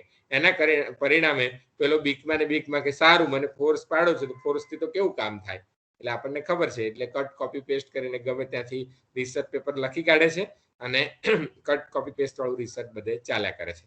અંતે નંબર બહુ મોટો થાય છે પણ ક્વોલિટી આવતી નથી. એટલે એમાં એક આ જોગવાઈ છે. બીજી, ટીચિંગ યુનિવર્સિટી, જે યુનિવર્સિટીનું ફોકસ ટીચિંગ રહેશે, 80% focus on teaching, 20% on research. અને ત્રીજી જે કેટેગરી છે આપણી બધી કોલેજો, એને કહ્યું છે ઓટોનોમસ કોલેજીસ. એમાં પણ મોર ફોકસ જે છે ટીચિંગ અને પછી રિસર્ચ, થોડું ઘણું રિસર્ચ. એટલે હવે બધાને એટ પર નહીં ગણવામાં આવે. તમારી જે રુચિ છે, તમારે ભણાવવું ગમે છે, ચલો ભણાવો, કઈ વાંધો નહીં, પણ ભણાવવામાં પણ ટીચિંગ લર્નિંગ સ્કિલ જે છે એ 21મી સદીની સ્કિલ પ્રમાણે તમારે ભણાવવું પડશે. એટલે હવે મહત્વનો જે ફેરફાર હું કહેવા માટે જઈ રહ્યો છું એ છે કે અધ્યાપકોને સ્વતંત્રતા, API કરવા માટે દબાણ નહીં, એ જે કામ કરવામાં રુચિ ધરાવે છે એ જ કામ એને આપવાનું. અને મહત્વની વાત, એની એકાઉન્ટેબિલિટી ફિક્સ કરવાની. એકાઉન્ટેબલ, અત્યારે તમે જો મારા વર્ગનું પરિણામ, બધા જ છોકરા મારા ક્લાસના ફેલ થાય તો મને શું થાય? કશું ના થાય, કારણ કે એ તો કોલેજમાં છીએ આપણે. તો એની એકાઉન્ટેબિલિટી, એ વિદ્યાર્થીઓને, જે વિદ્યાર્થીઓને ભણાવે છે એના માટેની એકાઉન્ટેબિલિટી ક્યાંક ને ક્યાંક ફિક્સ થવી જોઈએ. અને બીજું મહત્વની વાત કે એ અધ્યાપક જે છે એને નવી પેડાગોજીથી ભણાવવાનું છે, બરાબર. એમાં ઉદાહરણ આપે છે એક્સપિરિયન્શિયલ લર્નિંગ કેટલું કરાવ્યું તમે. એટલે ટીચિંગના API માટે જોઈશે, તમારે પુરાવા જોઈશે. કેટલી વાર તમે સાઇટ વિઝિટ કરાવી? તમે ઇકોનોમિક્સ ભણાવો છો તો તમે બજેટ એનાલિસિસ કરાવ્યું? જ્યારે બજેટ આવે છે ત્યારે વિદ્યાર્થીઓને એટલીસ્ટ બતાવ્યું, બરાબર. તમે ક્યાંય સ્ટોક એક્સચેન્જમાં વિદ્યાર્થીઓને લઈ ગયા અને એમને બતાવ્યું, એનું એનાલિસિસ રિપોર્ટ એ વગેરે કરાવ્યું કે કેમ? તો આ બધું એક્સપિરિયન્શિયલ લર્નિંગની વાત એમાં કરવામાં આવી છે. અને બહુ સરસ વાત એમાં કરવામાં આવી છે. હું તમારી સામે મૂકું અધ્યાપક તરીકે, જે આપણે અત્યારથી કરી શકીએ કે નવી ચોક એન્ડ ટોકની જગ્યાએ આપણે ત્યાં જો લેક્ચર સિસ્ટમ છે, હું બોલું ને તમે બધા સાંભળો છો, તો ચોક અને ટોકની જગ્યાએ એ બહુ સરસ મેથોડોલોજી કે 2 વે કમ્યુનિકેશન, ઇન્ટરેક્શન, ડિબેટ, એનો ઉપયોગ ક્લાસરૂમમાં થાય. અને બીજી ફ્લિપ્ડ ક્લાસરૂમ મેથડ, જે વિદેશમાં ખૂબ વપરાય છે, એને પણ અમલ કરવાની વાત કરી છે. ફ્લિપ્ડ ક્લાસરૂમમાં કેવું હોય કે મારે સોમવારે જે ભણાવવાનું છે કે મંગળવારે જે ભણાવવાનું છે એ હું વિદ્યાર્થીઓને અઠવાડિયા પહેલા એની નોટ્સ મોકલી દઉં, એનો વિડીયો પણ મારો તૈયાર હોય, એ વિડીયો મોકલી દઉં.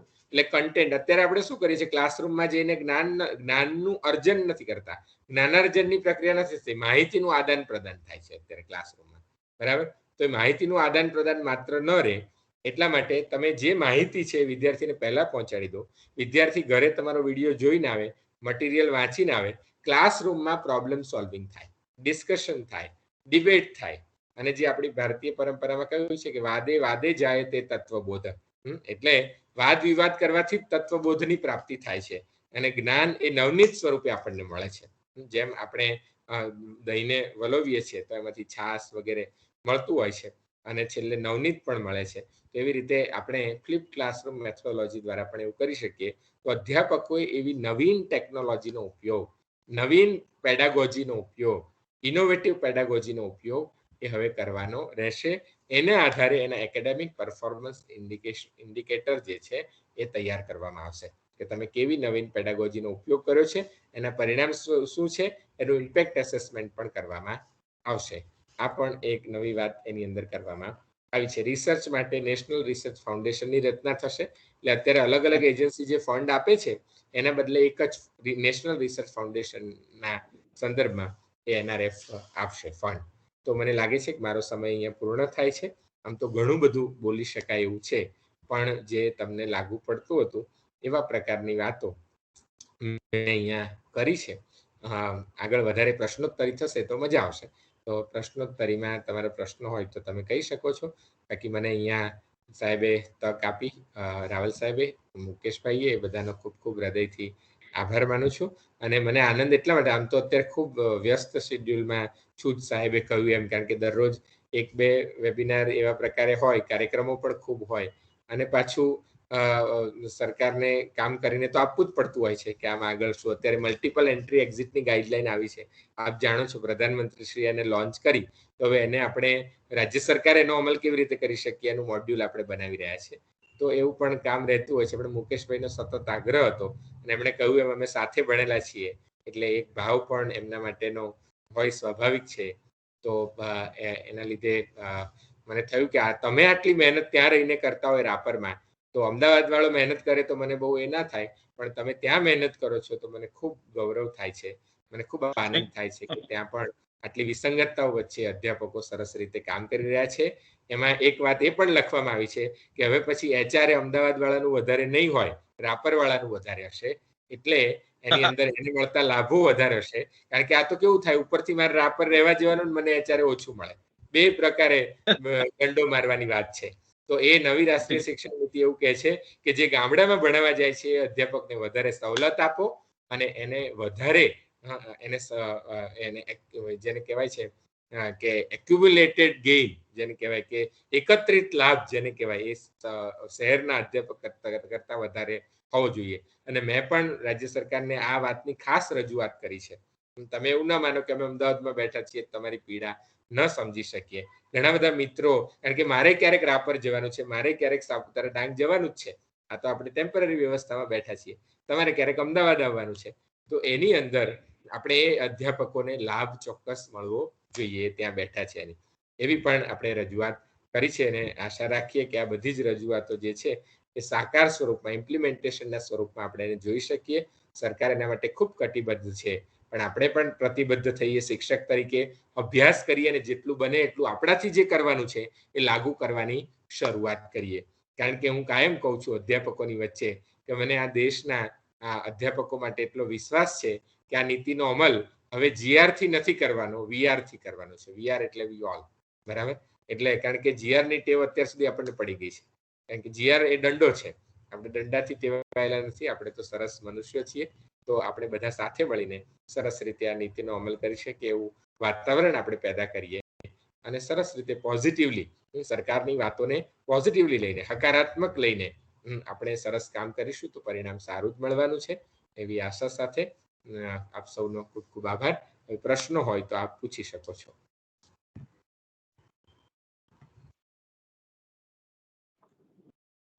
જે મિત્રોના પ્રશ્નો હોય કોઈ તો એ જણાવશે પ્લીઝ. ગણિત ગાંચી. Hello sir. હા બોલો. યસ યસ સર, કીધું એમ કહેતો તો, કીધું પરીક્ષાના માળખામાં વર્ષના બેઝિક પાડવામાં આવ્યા, જેમ કે એક વર્ષનું બેઝિક ને બીજા વર્ષનું ડિપ્લોમા ને ત્રીજા વર્ષનું ડિગ્રી. તો એમાં જે સ્પર્ધાત્મક પરીક્ષા લેવાશે એની પરીક્ષાનું માળખું કઈ રીતનું લેવાશે? જી, તમારો પ્રશ્ન બહુ સારો છે. એટલા માટે કે હવે સ્કિલ અને કોમ્પિટન્સીની વાત કરીએ છીએ તો મેં તમને કહ્યું એમ કે અત્યારે તલાટી માટે પણ 12 પાસ માંગે છે અને SBI પટ્ટાવાળા માટે પણ 12 પાસ માંગે છે.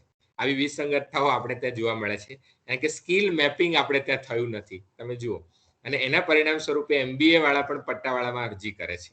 એટલે હવે સ્પર્ધાત્મક પરીક્ષાઓ માટે પણ પુનર્વિચાર કરવાની જરૂર પડશે. એને જે સ્કિલ સેટ જોઈએ છે એ સ્કિલ સેટને એ લઈ શકશે. કારણ કે અત્યારે 12મું અને બીકોમ બંને વચ્ચે 3 વર્ષનો મોટો ગેપ. એટલે બીકોમ કે કોઈ પણ બેચલર ડિગ્રી, એના કારણે કાં તો કે 12 પાસ માંગે, કાં તો કે બેચલર્સ માંગે. એટલે એને જે જરૂરિયાત છે એના RR બદલવા પડશે. સ્પર્ધાત્મક પરીક્ષા રિક્રુટમેન્ટ રૂલ્સ જે છે એમાં બદલાવ લાવવો પડશે. અત્યારે તલાટીની જે પરીક્ષા કે માની લો કે આપણે કોન્સ્ટેબલની ભરતી કરીએ છીએ તો 12 પાસની કરીએ છીએ, તો તમે એવું કહી શકો કે સર્ટિફિકેટ ઇન સિક્યુરિટી જેણે કરેલું હશે એને અમે તક આપીશું એમ, બરાબર, અથવા એને પ્રેફરન્સ આપીશું. એવા બધા રિક્રુટમેન્ટ રૂલ્સ આવશે અને સ્પેશિયલાઇઝેશન જે છે એની અંદર વધશે એવી તક મળશે. એટલે આરઆર જે છે એ બદલવા પડશે અને એ બદલાશે એ પ્રમાણે. ઠીક છે જી. સર એક એડ, હા, તમે જે આરઆર બદલવા પડશે એમ જે વાત કરી ને, એ સમયે મને યાદ આવ્યું કે 2001માં એટલે 2001માં તો મારી નિમણૂક આવી, એ પહેલા 98માં પરીક્ષા લેવાઈ જીપીએસસી ની. હવે એના ઓબ્જેક્ટિવ જે પ્રશ્નોની યાદી હોય એમાં 7 પ્રશ્નો એવા હતા કે જે ગુજરાતી ફિલ્મોમાંથી લેવાયેલા હતા, ગુજરાત ફિલ્મ ઇન્ડસ્ટ્રીમાંથી લેવાયેલા. હવે એ સમયનો ગાળો હતો કે અત્યારનો પણ ગણી લો તો ગુજરાતી ફિલ્મો તે વખતનો યુવાને જોતો નતો ને અત્યારનો બહુ ઓછું જુએ છે. તો એ પ્રશ્નો એમાંથી આવે અને માની લો કે એ મારા સાચા પડે તો એના આધારે હું કોલેજમાં અર્થશાસ્ત્રના અધ્યાપક તરીકે કેવી રીતે ચાલી શકું, એ જ પ્રશ્ન થાય. એટલે આરઆર બદલવા પડશે એની જરૂરિયાત મને એ વખતે પણ, કારણ કે એમાંના કેટલાક મને નહોતા આવડ્યા, એ પણ એક કારણ હોય, આપણો પક્ષપાત હોવાનું એક કારણ એ પણ હોય. અને બીજું જે અર્થશાસ્ત્રનું પેપર હતું તો જનરલ પેપરમાં એમ પૂછાયું કે કયા ભારતીયને નોબેલ પારિતોષિક 1998નું મળ્યું છે, અને ઇકોનોમિક્સના પેપરમાં પૂછાયું કે આ વર્ષનું નોબેલ પારિતોષિક કયા અર્થશાસ્ત્રીને મળ્યું છે. એટલે બંનેનો જવાબ અમર્ત્ય કુમાર સેન જ હતો ત્યારે. પણ એમ હવે એ મને યાદ આવ્યું, આપે જે કીધું એ ખરેખર, અને છોકરાનો પ્રશ્ન પણ બહુ ભાઈ અમે ભણીએ આવી રીતે તો સ્પર્ધાત્મક પરીક્ષા કેવી રીતે લેવાશે, એનો પ્રશ્ન પણ બહુ એક્યુરેટ હતો.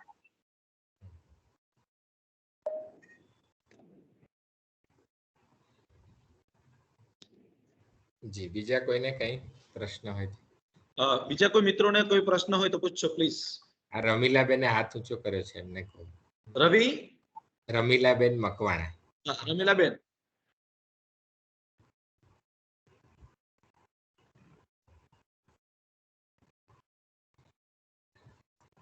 રમીલાબેન આપનો કોઈ પ્રશ્ન હોય તો મૂકો બેન. રમીલાબેન?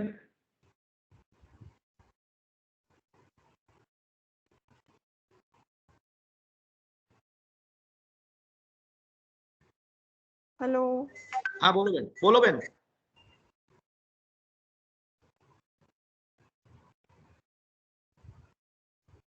હેલો, બોલો બેન, આપનો અવાજ આવે છે, બોલો.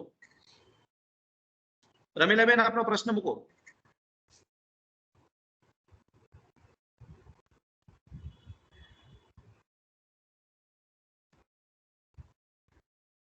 રમીલાબેન, હા, આપનો પ્રશ્ન મૂકો.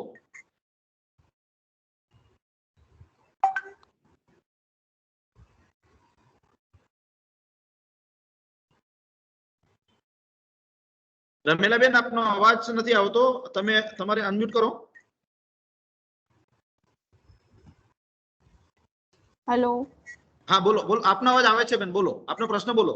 હા હા, હું એવું પૂછવાની હતી સર કે જે લોકો પીએચડી કમ્પ્લીટ કરે છે એવા જે સ્ટુડન્ટ્સ છે એ લોકોને જ્યાં સુધી જોબ નથી મળતી, એવા બધા રિસર્ચ સ્કોલર માટે કંઈક એક્ટિવ થઈ શકે એવા સબ્જેક્ટ્સ મૂકીને કોલેજે અને યુનિવર્સિટી એવો પ્રયાસ કરવો જોઈએ. એટલે આપનું સૂચન છે, બરાબર છે. જી.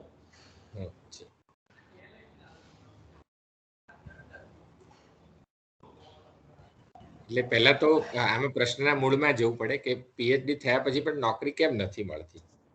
હા સર, એ મૂળમાં આપણે જવું પડશે, ને એનું મૂળ આ નીતિ વાત કરે છે કે આપણે એવા પીએચડી સ્કોલર, ગયા વર્ષે ભારતમાં 49,000 પીએચડી સ્કોલર પેદા થયા છે. 49,000. એમાંથી સમાજને ઉપયોગી રિસર્ચ કેટલા, બરાબર? તો એના પર પણ એક આખું આપણે જે પીએચડી કોર્સ વર્ક કરીએ છીએ, હવે પીએચડીમાં પ્રવેશ લીધા પછી નહીં થાય. અત્યારે કઈ ઉલટી ગંગા છે. તમે જો મારે પીએચડીમાં પ્રવેશ લેવો હોય તો હું પહેલા એન્ટ્રન્સ આપું, નેટ સ્લેટ હોય તો એન્ટ્રન્સ આપવાની જરૂર નહીં, પણ આમ એન્ટ્રન્સ આપું જનરલી. એન્ટ્રન્સ આપ્યા પછી મને આરડીસીમાં બોલાવે એટલે મારે પ્રપોઝલ લઈને જવાનું.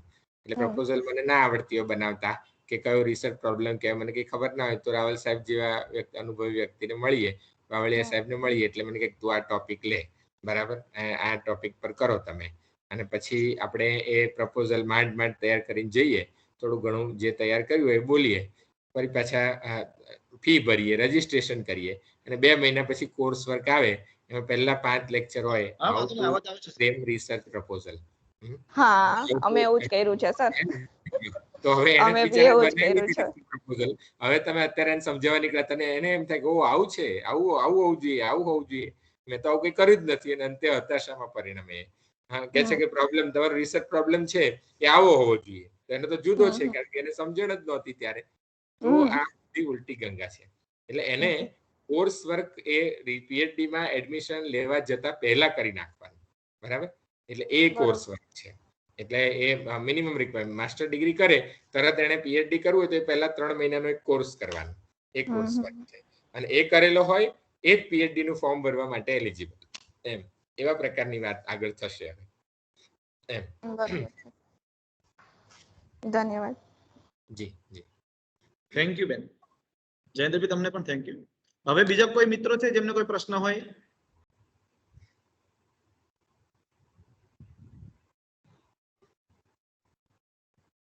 સંગીતાબેન, હા સંગીતાબેન આપનો, હા મેં અલાઉ માઇક કર્યું છે, આપ બોલો, આપનો પ્રશ્ન મૂકો બેન. સંગીતાબેન, આપનું માઇક અનમ્યુટ કરો અને આપ પ્રશ્ન પૂછો. અધ્યાપકોને પણ પ્રશ્ન થવા જોઈએ. હા જી જી, ચોક્કસ ચોક્કસ સર.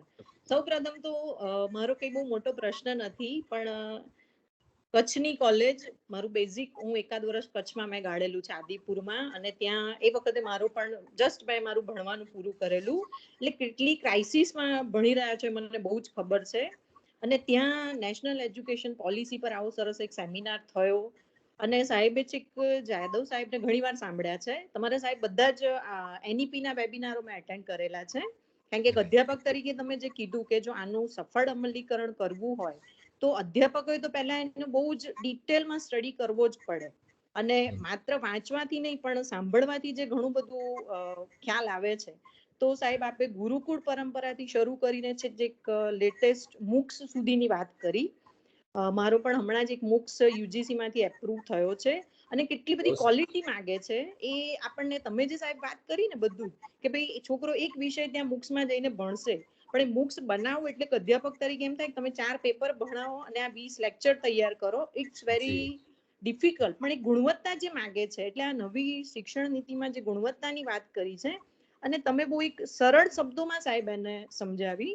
અને મારી એક નાની પ્રશ્ન નથી પણ જિજ્ઞાસા છે કે જે આપણે 5+3+3+4 એ આખું જે માળખું છે, અને એમાં અમારી પાસે, હું ગુજરાત યુનિવર્સિટીમાં છું, એટલે માસ્ટરના છોકરાઓ આવે અમારા ત્યાં સ્ટુડન્ટ, તો એક જ વર્ષનું માસ્ટર થશે સાહેબ, બરાબર છે? તો હવે એમાં, અને પછી એ સ્ટુડન્ટ પીએચડી માટે જશે, તો એ જે ગેપ છે, કારણ કે એમફિલ પણ હવે નીકળી ગયું છે, તો પીએચડી માટેનું જે આખી એનું રિસર્ચ ઓરિએન્ટેશન જોઈએ, હમણાં જ બેને જે પ્રશ્ન કર્યો કે ગુણવત્તાયુક્ત સંશોધન, તો એ કેવી રીતે પોસિબલ થશે, અથવા એના માટે શું કરી શકાય? જી બેન, આપનો બહુ જ સરસ પ્રશ્ન છે, અને આને નીતિમાં અને હમણાં જે રેગ્યુલેશન આવે છે એમાં પણ બહુ સરસ એડ્રેસ કરવામાં આવ્યો છે. મેં કહ્યું એમ કે એમફિલ નીકળી ગયું છે એટલા માટે આ 4 યર્સનું જે કોર્સ છે, બરાબર? પહેલી વસ્તુ તો કે 4 યર્સના કોર્સમાં બધાને એડમિશન આપી દેવું એવું નથી. સમયના અભાવે વચ્ચે એને સ્કીપ કર્યું. 7.5 સીજીપીઆઈ જે વિદ્યાર્થીના હશે એ જ 4 યર્સનો કોર્સ ઓપ્ટ કરી શકશે. પહેલી વસ્તુ એ છે, બરાબર? હા, એટલે પહેલી વસ્તુ એ. બીજું કે જે ચોથા વર્ષનો અભ્યાસક્રમ છે એને એમાં ડિઝર્ટેશનની વાત કરવામાં આવી છે. એટલે મેં કહ્યું ને કે ઇન્ટર્નશિપ પ્રોજેક્ટની વાત કરવામાં આવી છે. જે એમફિલ નો ડિઝર્ટેશન હતો એ છોકરો, તમે જુઓ કે આજે આઈઆઈટી ખડગપુરમાંથી જે છોકરો ભણે છે એને કેમ સીધો જ ઇન્ડસ્ટ્રી એબ્સોર્બ કરે છે? એનું કારણ એ છે કે ચોથા વર્ષમાં એ વિદ્યાર્થીને સઘન તાલીમ આપવામાં આવી છે. એને સરસ રીતે ઇન્ડસ્ટ્રીમાં જઈને એનો પ્રોજેક્ટ કર્યો છે, એટલા માટે એ એમ્પ્લોયેબલ થાય છે, બરાબર? એ આઈઆઈએમ ની વાત હોય કે કોઈ પણ આઈઆઈટી ની વાત હોય, તો આપણે એવું વિચારીએ છીએ કે બધા અત્યારે કેવું છે આપણે ત્યાં, બેન તમે મારી સાથે થોડા એગ્રી પણ થશો, આપણે બધા પણ કે બધા બધું ભણે એમ, એટલે કે કશું વિદ્યાર્થીઓનું વિઝન ના હોય, એટલે એને બીકોમ કરી દીધું, પછી શું તો કે એમકોમ, બરાબર? જેમ એક પછી બીજું સતત આવ્યા કરે એમ. અને એના પરિણામ સ્વરૂપે જે બે વિદ્યાર્થીઓના ખરેખર બે ભાગ પડવા જોઈએ, એના લીધે શું થાય, તમે ઉપરથી બધાને વધારે ઉચ્ચ શિક્ષણ આપીને એની સાથે અન્યાય કરો છો. કારણ કે એમકોમ કરે એટલે એને એમ થાય હું ક્લર્કમાં તો ના જઈ શકું સાહેબ, કે હું પટ્ટાવાળામાં ના જઈ શકું, અને એ હંમેશા એમ્પ્લોયમેન્ટની લાઈનમાં જ ઊભો રહેશે, કોઈને કંઈ કામમાં નહીં લાગે. હા, અને એની સ્કિલ તો ડેવલપ થઈ જ નથી બિચારાની, એમાં એનો તો કોઈ દોષ નથી, આપણી સિસ્ટમનો દોષ છે. એને જે આવડવું જોઈએ તો આવડ્યું જ નથી.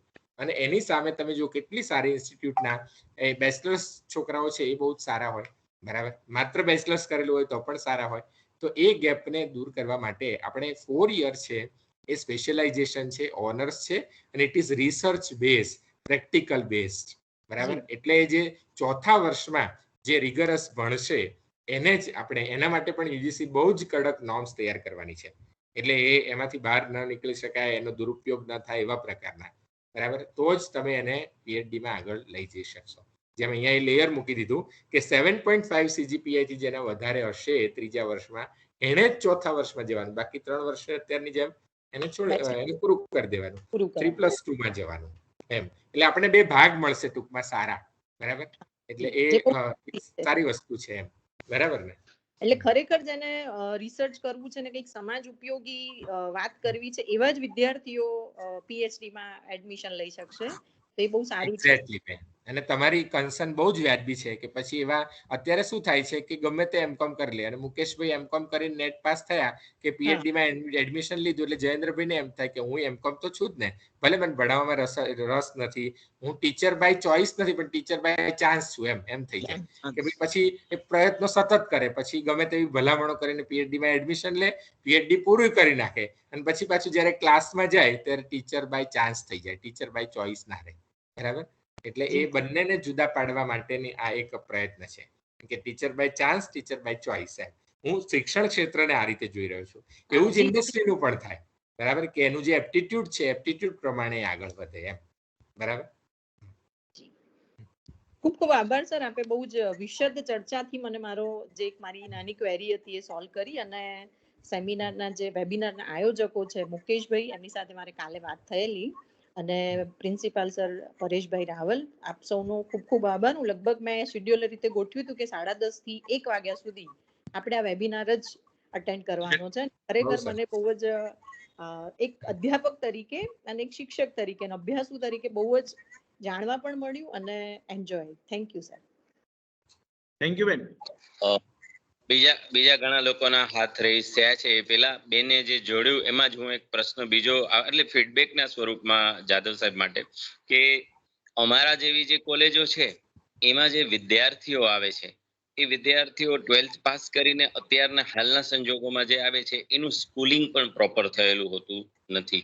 ગામડાની સ્કૂલોમાં ઘણી સ્કૂલો એવી છે કે જેમાં શિક્ષકો નથી, અથવા તો શહેરમાં પણ જો શિક્ષક હોય તો એને જે અંગ્રેજી અને મેથ્સ બેઝિક જે આવડવું જોઈએ હ્યુમન બીઈંગ તરીકે, એટલું એમને આવડતું હોતું નથી. તો માની લો કે એમનું અંગ્રેજીને આપણે બાજુ પર મૂકીએ, પણ તર્કને માટે થઈને થોડું મેથ્સ આવડવું જરૂરી છે. તો એ એટલું પણ એ બેઝિક આ બે વસ્તુના અભાવે એ આપણે ઉચ્ચ શિક્ષણમાં જ્યારે પ્રવેશ કરે છે ત્યારે અધ્યાપકો નેટ સ્લેટ પાસ કરેલા આવે છે, તો એ પોતાના જ એંગલથી સ્ટાર્ટ થાય છે. હવે એને કારણે વિદ્યાર્થીને સામે સેટ થતા ઘણું તકલીફ થાય છે, અને પહેલા વર્ષના અંતે સૌથી વધારે ડ્રોપ આઉટ મળે છે. અને અમારી કોલેજમાં તો વિદ્યાર્થીઓની સંખ્યા હજી એટલી મોટી નથી કે જેમાં મોટી ડ્રોપ આઉટ પણ દેખાય, પણ સામે જો 100 વિદ્યાર્થીએ એડમિશન લીધેલું હોય ને 10 જણા પણ ડ્રોપ આઉટ થાય મિનિમમ, તો પણ એ મોટો ડ્રોપ આઉટ રેશિયો થઈ જાય છે. એટલે મારો કહેવાનો મતલબ છે કે જે બેને કીધું કે ત્રીજા વર્ષથી ચોથા વર્ષમાં સ્ટાન્ડર્ડમાં ફરક છે, એવી જ રીતે એન્ટ્રી એટલે ત્યાં પણ બ્રિજ કોર્સની એક રિક્વાયરમેન્ટ છે વિદ્યાર્થીઓને, કે જે 12th પાસ કરીને આવે અને કોલેજમાં ગ્રેજ્યુએશન કરે ત્યારે બ્રિજ કોર્સ મળે. અને જો સર્ટિફિકેટ વાળો જો પોર્શન આપણે આગળ લઈ જઈએ તો અધ્યાપકોએ થોડીક મહેનત વધુ એ કરવી પડશે કે આ બ્રિજ કોર્સ અને આ પહેલું વર્ષ, આ બંને વસ્તુને સારી રીતે ભણીને સ્કિલ સાથે જો વિદ્યાર્થી બહાર આવે તો એ ફાયદો થશે. જે એમણે ચોથા વર્ષ માટે કીધું હું પહેલા વર્ષ માટે એ જ પ્રશ્ન મૂકી રહ્યો છું. બીજા લોકોને તક આપીએ. જીનાલીબેન પટેલ. જીનાલીબેન, આપનો પ્રશ્ન મૂકજો બેન. હા સર. હા બેન. First of all, I would like to say thank you very much, Jadhav sir, because for the first time I heard about national education policy. and there are number of doubts in my mind, but your session cleared it at extent level. Sir, my question is related to curriculum. જી sir મારું એવું મારા MPhil અને પીએચડીના research દરમિયાન મેં એવું જાણ્યું છે કે સર ઘણા બધા કરિક્યુલમ અલગ અલગ જગ્યાએ અલગ અલગ હોવાના કારણે ઘણા બધા પ્રશ્નો થાય છે. એમાં સૌથી પહેલો પ્રશ્ન છે કે જે નેટ અને સ્લેટની એક્ઝામ ક્લિયર કરવા માટે પણ ક્યાંક એ હેલ્પફુલ નથી થતો. પછી રિક્વાયરમેન્ટ જે એમ્પ્લોયરની હોય છે એ ફૂલફિલ નથી થતી. મેં હજુ ડિટેલમાં એ એસ્પેક્ટ સ્ટડી નથી કરી, but I promise that I will study in letter on. But sir તો આની અંદર એના માટેનું કાંઈ છે કરિક્યુલમ આસ્પેક્ટ રિલેટેડ કે જે એમ્પ્લોયરની રિક્વાયરમેન્ટ અને જે ફ્યુચરમાં એક્ઝામ્સ છે એના માટે કંઈક એને હેલ્પફુલ થઈ શકે? બહુ સરસ પ્રશ્ન છે. સર, આપી દો ને વેરી ગુડ ક્વેશ્ચન. બહુ જ રસપ્રદ પણ છે. એટલા માટે ગઈકાલે જ હું વીર નર્મદ દક્ષિણ ગુજરાત યુનિવર્સિટીમાં બોર્ડ મેમ્બર્સની મીટિંગ 44 બોર્ડ છે ત્યાં, બોર્ડ ઓફ સ્ટડી જેને કહીએ છીએ, એ બધાના મેમ્બર્સ અને હેડ સાથે મેં મીટિંગ કરી કરિક્યુલમ કેવો ડેવલપ કરવાનો છે એના માટે. બરાબર. અને બહુ સરસ પ્રશ્ન તમારો છે કે દેશમાં જુદી જુદી યુનિવર્સિટીના જે ધોરણો પણ જુદા છે, એના ઇવેલ્યુએશન ક્રાઇટેરિયા પણ જુદા જુદા છે, એને પણ અને એના લીધે બહુ જ ડિસ્ક્રિમિનેશન પણ જોવા મળે છે પેટર્નમાં અને વિદ્યાર્થીને પણ અન્યાય થાય છે. તો એના માટે એક તો અત્યાર સુધી આપણે તમે જો સ્કૂલ એજ્યુકેશનમાં આપણે કરિક્યુલમ ફ્રેમવર્ક આપતા હતા. હાયર એજ્યુકેશનમાં આવું કોઈ કરિક્યુલમ ફ્રેમવર્ક નહોતું. હા, હાયર એજ્યુકેશનમાં એવું ચોક્કસ કે આપણે કોમન સિલેબસ ના આપી શકીએ, કારણ કે રાપરની જરૂરિયાત અલગ છે, અમદાવાદની જરૂરિયાત અલગ છે, કલકત્તા મુંબઈની જરૂરિયાત અલગ અલગ છે. એટલે મેં કહ્યું એમ કે પ્રધાનમંત્રીશ્રીનું પણ કહેવું એમ છે, માનનીય પ્રધાનમંત્રીશ્રી આ નીતિ માટે પહેલી વાર એવું છે કે 5-5 કલાક એક સાથે બેઠા છે, 5 થી 6 કલાક સળંગ બેઠા હોય બરાબર, બધી કમિટી સાથે. મને તો પર્સનલી ખબર છે. તો એમનું કેવું છે કે જે લોકલ જરૂરિયાત છે, લોકલ નીડને એડ્રેસ કરે એવા કરિક્યુલમ આપણે તૈયાર કરવા છે. અને એના માટે આપણે 70-30 નો રેશિયો રાખીએ કે યુજીસી છે એક નેશનલ કરિક્યુલમ ફ્રેમવર્ક બનાવે, બરાબર, અને બનાવી રહી છે યુજીસી રાધર. અને એ કરિક્યુલમ ફ્રેમવર્ક જે છે દેશની બધી જ યુનિવર્સિટી અને ફોલો કરે, કોલેજીસ એને ફોલો કરે અને એમાં લોકલ એલિમેન્ટને ઉમેરી દે અને એના આધારે આ કરિક્યુલમ થાય. એટલે મને લાગે છે કે તમારો જવાબ અહીંયા મળી જશે. એટલે એ કરિક્યુલમ ફ્રેમવર્ક આવશે અને એના આધારે એક સમાનતા ચોક્કસ લેવલે 70% સુધી રહેશે અને 30% લોકલ એલિમેન્ટ આપણી જે જરૂરિયાત છે, મેં કહ્યું એમ ત્યાં એક ઇલેક્ટિવ તમારે ટુરિસ્ટ ગાઈડનો આપવો જોઈએ, તો એ આપણે એડ કરી શકીએ પોતાની રીતે. તમે એમાં ધોળાવીરાને તમે સિલેબસમાં એડ કરી શકો, બરાબર, જે બીજે ન હોય તો એવા લોકલ એક ફ્રેમવર્ક આખું સરસ યુજીસી બનાવીને આપણને આપવાની છે. It is in process. Thank you very much sir. જી જી, થેન્ક યુ. હવે કોઈ મિત્રોના પ્રશ્નો હોય? હવે કોઈ પાર્ટિસિપન્ટ મિત્રોના કોઈ પ્રશ્નો છે? આપણા કોલેજના ફેકલ્ટી પણ પ્રશ્ન પૂછી શકશે, આમાં કોઈ બાધ નથી. આપણે બધા આ શીખવાનું જ છે.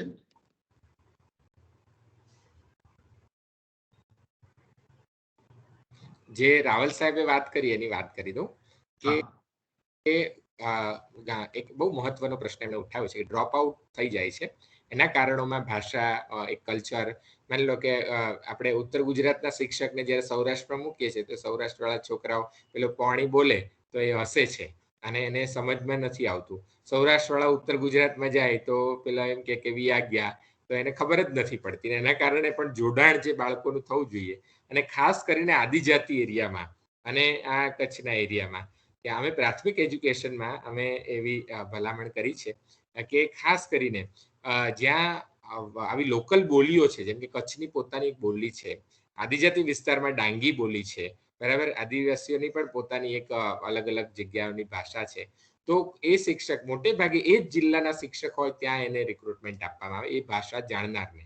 તો શું થાય, એમની સાથે સરળ રીતે કનેક્ટ થઈ શકે. એવું ન થઈ શકે એમ હોય તો એને તાલીમ આપવામાં આવે એ કલ્ચર અંગેની, એ ભાષા અંગેની, અને એને તો એની સાથે ત્યાં ભળી શકે. અને સાહેબે બહુ સરસ વાત કરી. 2 વસ્તુઓ આપણે કરી રહ્યા છીએ, ગુજરાત સરકાર કરી રહી છે. એક તો 8મા ધોરણથી એનો એપ્ટિટ્યુડ ટેસ્ટ કરવામાં આવશે. એટલે વિદ્યાર્થી આગળ શું કરવું છે એ જે મૂંઝવણ છે, અત્યારે કેવું છે ગાડીમાં બેસી ગયા એટલે એક સ્ટેશન, બીજું સ્ટેશન, ત્રીજું સ્ટેશન આવ્યા જ કરે, એને કઈ પ્રયાસ નથી કરવાનો, કારણ કે તમે ગાડીમાં બેઠેલા છો. બરાબર. એટલે એ લોકલ ગાડી છે, કઈ બહુ એવી ટિકિટની કોઈ ચેકર પણ આવતો નથી. જેમ ગાડીમાં બેસી ગયા એટલે આગળ વધ્યા કરો, પહેલું ધોરણ, બીજું ધોરણ, ત્રીજું ધોરણ, 8મું ધોરણ, 9મું ધોરણ, 10મું ધોરણ, પછી કે 11 અમારી શાળામાં 2 સ્ટ્રીમ છે, સાયન્સ અને આર્ટ્સ, તો કે ગમે તે એકમાં જવાનું. તો એમાં પછી આપણે આર્ટ્સમાં ગયા કે કોમર્સમાં ગયા, એ રીતે એમ કરતા જ વિદ્યાર્થી આગળ કરિયર માટેનો કોઈ સિરિયસ સ્ટડી એના ઉપર કરવામાં આવતો નથી. તો એને એપ્ટિટ્યુડ શું છે, એનો ઇન્ટરેસ્ટ ટેસ્ટ અને એપ્ટિટ્યુડ ટેસ્ટ આપણે 8મા ધોરણથી દાખલ કરી રહ્યા છીએ. એટલે 8મામાંથી જ તમારે ત્યાંથી ડિફાઇન થઈને આવશે કે આને ટેકનિકલમાં જવાનું છે, અને અત્યારે શું થાય છે એને બિચારાને ખબર જ નથી, મને શું ખબર છે, બરાબર. આ બહુ મોટો પ્રશ્ન છે. અને એને પરિણામે એ ગાર્ડેરિયા પ્રવાહમાં તમારે ત્યાં આવી જાય છે, અને પછી એમ થાય કે આ તો આપણા કામનું જ નથી, અને પછી છોડી દે છે. એપ્ટિટ્યુડથી ઘણા બદલાવ આવશે. બીજું તમે જે બ્રિજ કોર્સ કહ્યો એની પણ વ્યવસ્થા આમાં છે. 2 પ્રકારના બ્રિજ કોર્સ આપણે રાખ્યા છે. કે એક તો જ્યારે વિદ્યાર્થી બાલ મંદિરમાંથી પહેલા ધોરણમાં આવશે ત્યારે પણ એક બ્રિજ કોર્સ છે, અને પછી જેમ જેમ એકમો બદલાશે એ બ્રિજ કોર્સ, અને હાયર એજ્યુકેશનમાં આવશે તો એનો એક ઇન્ડક્શન માટેનો કોર્સ આપણે તૈયાર કરવાનો છે, જેનાથી વિદ્યાર્થી આખી સિસ્ટમથી પરિચિત થાય. અને અત્યારે તો 12મા ધોરણ ને હાયર એજ્યુકેશનમાં બહુ જ મોટો ગેપ છે, એ ગેપને પણ આપણે દૂર કરવાના છીએ. સિસ્ટમ આખી જુદી છે, મૂલ્યાંકન પ્રણાલીઓ જુદી છે, એ બધાને ગેપને દૂર કરવામાં પ્રયત્નો જે છે એ સરકાર ફ્રેમવર્ક જ્યારે બનાવશે, આ અસેસમેન્ટનું ફ્રેમવર્ક, ત્યારે એ પ્રયાસ કરશે. એટલે એ પણ આપણા સૌ માટે અગત્યનો વિષય છે.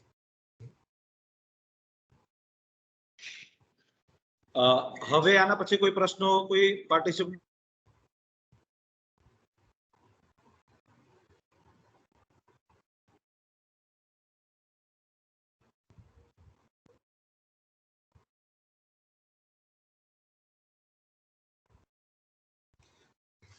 તો આપણે પૂર્ણ કરીએ મુકેશભાઈ પછી. હાજી સાહેબ, એક જ મારો અવાજ મિનિટ. આવે છે ત્યાં? હા, હવે આવશે. હા, બરાબર. જી હા. શૈલેષભાઈ બોલો. ભરતભાઈ છાંગા આપણી સાથે છે, એ આ પ્રોગ્રામની આજની આભાર વિધિ કરશે. કોઈ મિત્રો છે નહીં હવે પ્રશ્નોમાં કોઈ? શૈલેષભાઈ કંઈક પૂછી રહ્યા છે. શૈલેષભાઈ બોલો. હા, શૈલેષભાઈ કાનાણી. હા સર, કોઈ પ્રશ્ન શૈલેષભાઈ, નહોતો. આપણો કોઈ પ્રશ્ન હોય તો સર પૂછજો પ્લીઝ. હા, લાઈટ પ્રશ્ન ગઈ 2 કઈ મિનિટ નહોતો. માટે, એટલે હું મારું વાઈફાઈ બદલી એટલે નાખું. 2 મિનિટ. લેપટોપમાં અને મોબાઈલમાં બેમાં ચાલુ કરેલું મેં. 2 મિનિટ. સાહેબે એક વાત કરી, એની સાથે ખાલી આગળની વાત ચાલે ત્યાં સુધીમાં એક પૂરક વાત કરી દેવી છે. પહેલું કે પીએચડી ના સંદર્ભમાં જે વાત થઈ, ઘણી વખત એવું બને છે અત્યારની બધી જ યુનિવર્સિટીઓમાં ગુજરાતમાં કે સૌથી પહેલા એ લોકો પ્રપોઝલ બનાવે અને પ્રપોઝલના આધારે એ લોકોના એડમિશન થતા હોય. તો પ્રશ્ન ત્યાં થાય છે કે માસ્ટર ડિગ્રીના આધારે જે લોકો પીએચડી કરે છે, કદાચ માસ્ટર ડિગ્રી રેગ્યુલરમાં કર્યું હશે એમને થોડી ઓછી તકલીફ થતી, પણ જે લોકો એક્સટર્નલ કોર્સ કરીને પીએચડી કરવા જાય છે તેમને ખરેખર પ્રપોઝલ કે રિસર્ચનો એવો કોઈ અનુભવ નથી હોતો, એટલે ઘણી તકલીફ એમને પડતી હોય છે, જેનાથી જ એમને ત્યાં જોઈનિંગ થવાનું છે, પીએચડી એડમિશન થવાનું છે. એટલે આ પ્રશ્નો એમને નડતા હોય છે. વિદ્યાપીઠ, ગુજરાત વિદ્યાપીઠ અમદાવાદમાં એક આ પ્રોસેસ થોડી અવળી છે કે ત્યાં સૌથી પહેલા એડમિશન થાય, એની એન્ટ્રન્સ એક્ઝામ લેવાય, જે રિસર્ચનું પેપર હોય તો એના આધારે એન્ટ્રન્સ એક્ઝામ લેવાય, અને ત્યારબાદ એડમિશન થઈ જાય, રજીસ્ટ્રેશન થઈ જાય, પછી એમને ગાઈડ ખોલવાય અને પછી પ્રપોઝલ બનાવે. એટલે આ રીતની એક સિસ્ટમ ત્યાં જોવા મળે છે, જેથી વિદ્યાર્થીને પણ ખબર પડે કે મારે કયા ગાઈડની અંદર અને સામેવાળા ગાઈડ અને પોતે કયા વિષયમાં રસ ધરાવે છે, તો એ વિશે સાહેબને અથવા ગાઈડને વાત કરીને પણ પોતાના વિષય પસંદગીની ચોઈસ મળી શકે છે. એટલે આવું ત્યાં ચાલે છે. બીજી એક વાત રાવલ સાહેબે જે કરી મેથ્સની, તો એ પણ મારે અનુભવના આધારે અહીં શેર કરું છું. સેમ 5 સોશિયોલોજીમાં મધ્યક, મધ્યસ્થ અને બહુલક એ ભણાવવામાં આવે છે. તો એમાં બહુ બેઝિક ગણિત પૂછાતું હોય છે, દાખલા ગણવા માટે. તો એક વખત એવો પ્રશ્ન ઉભો થયેલો કે વિદ્યાર્થીઓને જ્યારે ગણતરી કરવા આપ્યું ત્યારે એમને બાદબાકીના પ્રશ્નો થયા. સાદી બાદબાકી હોય તો થઈ જતી, પણ એમને એક પ્રશ્ન ઉભો થયો કારણ કે અત્યારે કેલ્ક્યુલેટર, ફોન એનો ઉપયોગ વધી ગયો છે, એટલે એને કરતું જ નથી. તો દાખલા ગણતી એમને કેલ્ક્યુલેટર કે ફોનનો ઉપયોગ નહીં કરવા સૂચન કર્યું, અને જ્યારે એ લોકોએ ગણતરી કરી ત્યારે ખરેખર મોટા ભાગના વિદ્યાર્થીઓને આ ગણિતમાં એટલે બાદબાકીમાં ભૂલ પડી હતી. અને પછી સૌથી પહેલા એ મિત્રોએ પેલા બાદબાકી શીખી લીધી. એટલે આ સાહેબની વાત હતી એને પણ અહીંયા જોડું. Thank you. ને આપની વાત આજના વેબિનારમાં ખરેખર ખૂબ મજા પડી અને ઘણી બધી વિગતો તમને જાણવા મળી, એનો આનંદ પણ છે. થેન્ક યુ સાહેબ. જી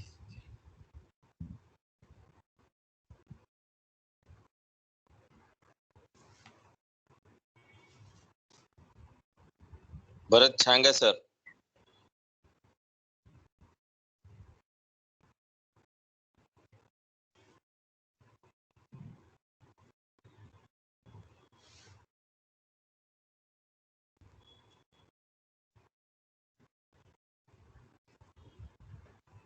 મુકેશ સર તમારું અનમ્યુટ કરો ને મ્યુટ છે.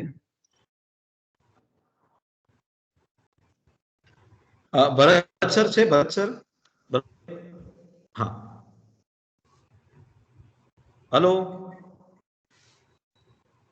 વસાવા સાહેબ ને કહીએ. હા, તો એવું કર્યું. હાલો નહીં. વસાવા સર, સંદીપભાઈ, સંદીપભાઈ હવે આભાર વિધિ આપ કરી નાખો કે ભરતભાઈ જોડાઈ શકે એમ નથી લાગે છે. હા, જોડાઈ ગયા. યસ યસ, ભરતભાઈ જોડાઈ ગયા. સોરી, હા જોડાઈ. એમનો વિડિયો નહીં આવે, ખાલી ઓડિયો આવશે. ભરતભાઈ, હા ભરતભાઈ આપ આભાર વિધિ કરજો પ્લીઝ. હેલો. હા, આપનો અવાજ આવે છે સાહેબ? અવાજ આવે છે ને? યસ યસ, ક્લિયર ક્લિયર સાહેબ, ક્લિયર. આજના નવી એજ્યુકેશન પોલિસી પરના વેબિનારમાં ઉપસ્થિત જાદવ સાહેબ, અમારી કોલેજના આચાર્ય શ્રી રાવલ સાહેબ તથા જોડાયેલા તમામ પ્રતિયોગીઓ સૌનો સૌપ્રથમ તો હૃદયપૂર્વક આભાર કે તમે અમને પ્રોત્સાહન આપ્યું. અહીંયા અમારી કોલેજમાં આમ તો કોરોના પછી સતત અમે લોકો આવા આયોજનો કરી રહ્યા છીએ અને આવા આયોજનોમાં દરેક વખતે અમારા આચાર્યશ્રી તથા તમામ જે મહેમાનો આવે છે એમનો પોઝિટિવ એટીટ્યુડ રહેલો હોય છે. આવા જ કાર્યક્રમો થકી આપણે વિદ્યાર્થીઓને પણ હરહંમેશ પ્રોત્સાહન આપી રહ્યા છીએ. તો આજના આ કાર્યક્રમમાં એક એક્સપર્ટ તરીકે આવેલા જયેન્દ્રસિંહજી જાદવ સાહેબનો ખૂબ ખૂબ આભાર. આ ઉપરાંત રાવલ સાહેબનો પણ આભાર કે તેમણે હંમેશા આવા અમારા કાર્યક્રમોને માત્ર મંજૂરી જ નથી આપી પરંતુ અમને સતત આવા કાર્યક્રમો કરવા માટે પ્રોત્સાહન પણ આપી રહ્યા છે. આ ઉપરાંત જોડાયેલા તમામે તમામ અન્ય કોલેજોના અધ્યાપકશ્રીઓ, અન્ય કોલેજોના વિદ્યાર્થીઓ, અમારી કોલેજના વિદ્યાર્થીઓ તથા આ કાર્યક્રમને સફળ બનાવવા માટે જેમણે જેમણે પ્રયાસો કર્યા છે અમારી કોલેજના સર્વે અધ્યાપકશ્રીઓનો ખૂબ ખૂબ આભાર માનવામાં આવે છે. ભવિષ્યમાં પણ તમે બધા આ કાર્યક્રમમાં જોડાઓ, આવા બધા કાર્યક્રમોમાં અમને પ્રોત્સાહન આપતા રહો એ માટે સૌને આગ્રહભરી વિનંતી છે. ફરીને સૌનો ખૂબ ખૂબ આભાર. ધન્યવાદ.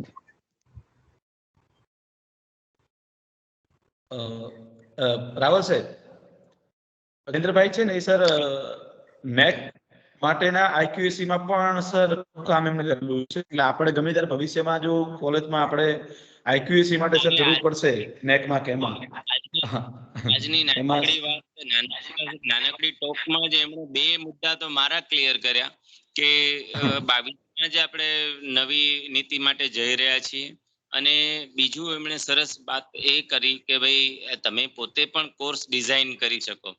જાદવ સાહેબ, આપ નહીં માનો પણ છેલ્લા 2 વર્ષ ત્યાં કન્ટિન્યુઅસ હું, કારણ કે નવી શિક્ષણ નીતિ વિશે ખાસ કશું જાણતો નથી, પણ હું કન્ટિન્યુઅસ મારા અધ્યાપકો એકદમ ઉત્સાહી અને સરસ કામ કરતા લોકો છે તો હું એને સતત કહું કે આપણે આપણી જરૂરિયાતને અનુરૂપ પણ કોર્સ ડિઝાઇન કરી શકીએ.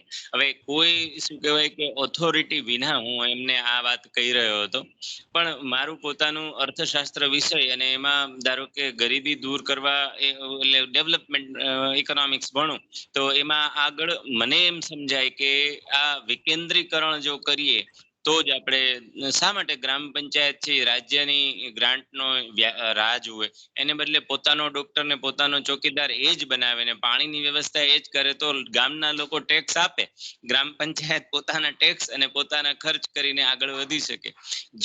જો રાજ્ય સરકારમાંથી ગ્રાન્ટની રાહ જુએ ને તો એ ગ્રાન્ટનો કેવી રીતે વહીવટ કરવો એ જ સમજે છે. એને બદલે પોતાની જ ગામના લોકોની ગ્રાન્ટ ને ગામના લોકોના ગ્રાન્ટનો યુઝ આમ કરે. આમ તમે ઘણી વાર અભ્યાસુ તરીકે આમાં શરૂ કરી. એટલે જે મુકેશભાઈએ કીધું, આપણે અત્યારે ઇન્ફોર્મલ વાત કરી રહ્યા છીએ ત્યારે, તો આ નાનકડી પોણી કલાકની વાતમાં તમે 2 મુદ્દા ક્લિયર કરી દીધા છે. એ એક્સપર્ટનું આ જ કામ હોય છે ને એ તમે કરી બતાવ્યું છે.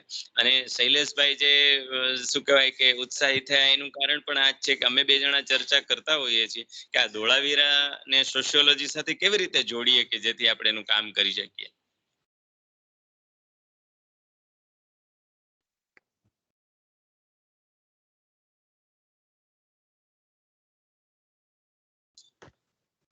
સર લેફ્ટ થઈ ગયા શું સર? હા, હવે એ લેફ્ટ થઈ જાય એ સ્વાભાવિક હતું. Okay okay sir.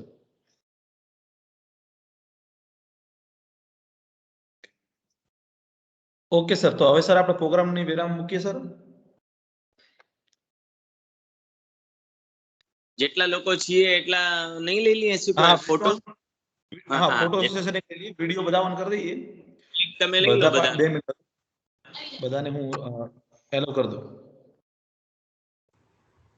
ચલો પૂરું કરીએ મુકેશભાઈ, થેન્ક યુ. હા હા, બસ હવે પૂરું જ કરીએ. એક વિડિયો આ બધા મિત્રો જોડાઈ જાય એટલે એક ફોટો સેશન થઈ જાય બસ. એક સ્ક્રીનશોટ લઈ લઈએ. હા.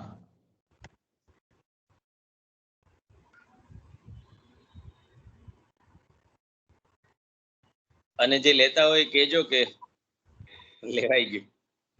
ના એટલે હું કેમેરા અલાઉ કરું છું સર બધાને, કે બહારથી છે બધાને કદાચ કેમેરા અલાઉ નથી કરેલા, એ કેમેરા અલાઉ કરી દઉં છું સર. હા, એ ધીમે ધીમે બધા થઈ જશે એમ કરું છું સર. હા, અલાઉ કેમેરા. ઓકે, બધા પોતપોતાની રીતે પીક લેતા રહેજો અને પછી આપણે બધા શેર કરી દઈશું બીજાને. થેન્ક યુ જાદવ સાહેબ વન્સ અગેન. જયેન્દ્રભાઈ આપનો ખૂબ ખૂબ આભાર. એક મિત્ર તરીકે આપણે મળીએ જ છીએ પણ આજે પ્રોફેશનલ રીતે આપણે મળ્યા અને ખૂબ જ મજા આવી. અને ફરીથી પણ અમે તમને આ રીતે તમારો લાભ લેવાના જ છીએ, બરાબર? તમે છોડવાના નથી અમે તમને. બરાબર, કઈ વાંધો નહીં. જી.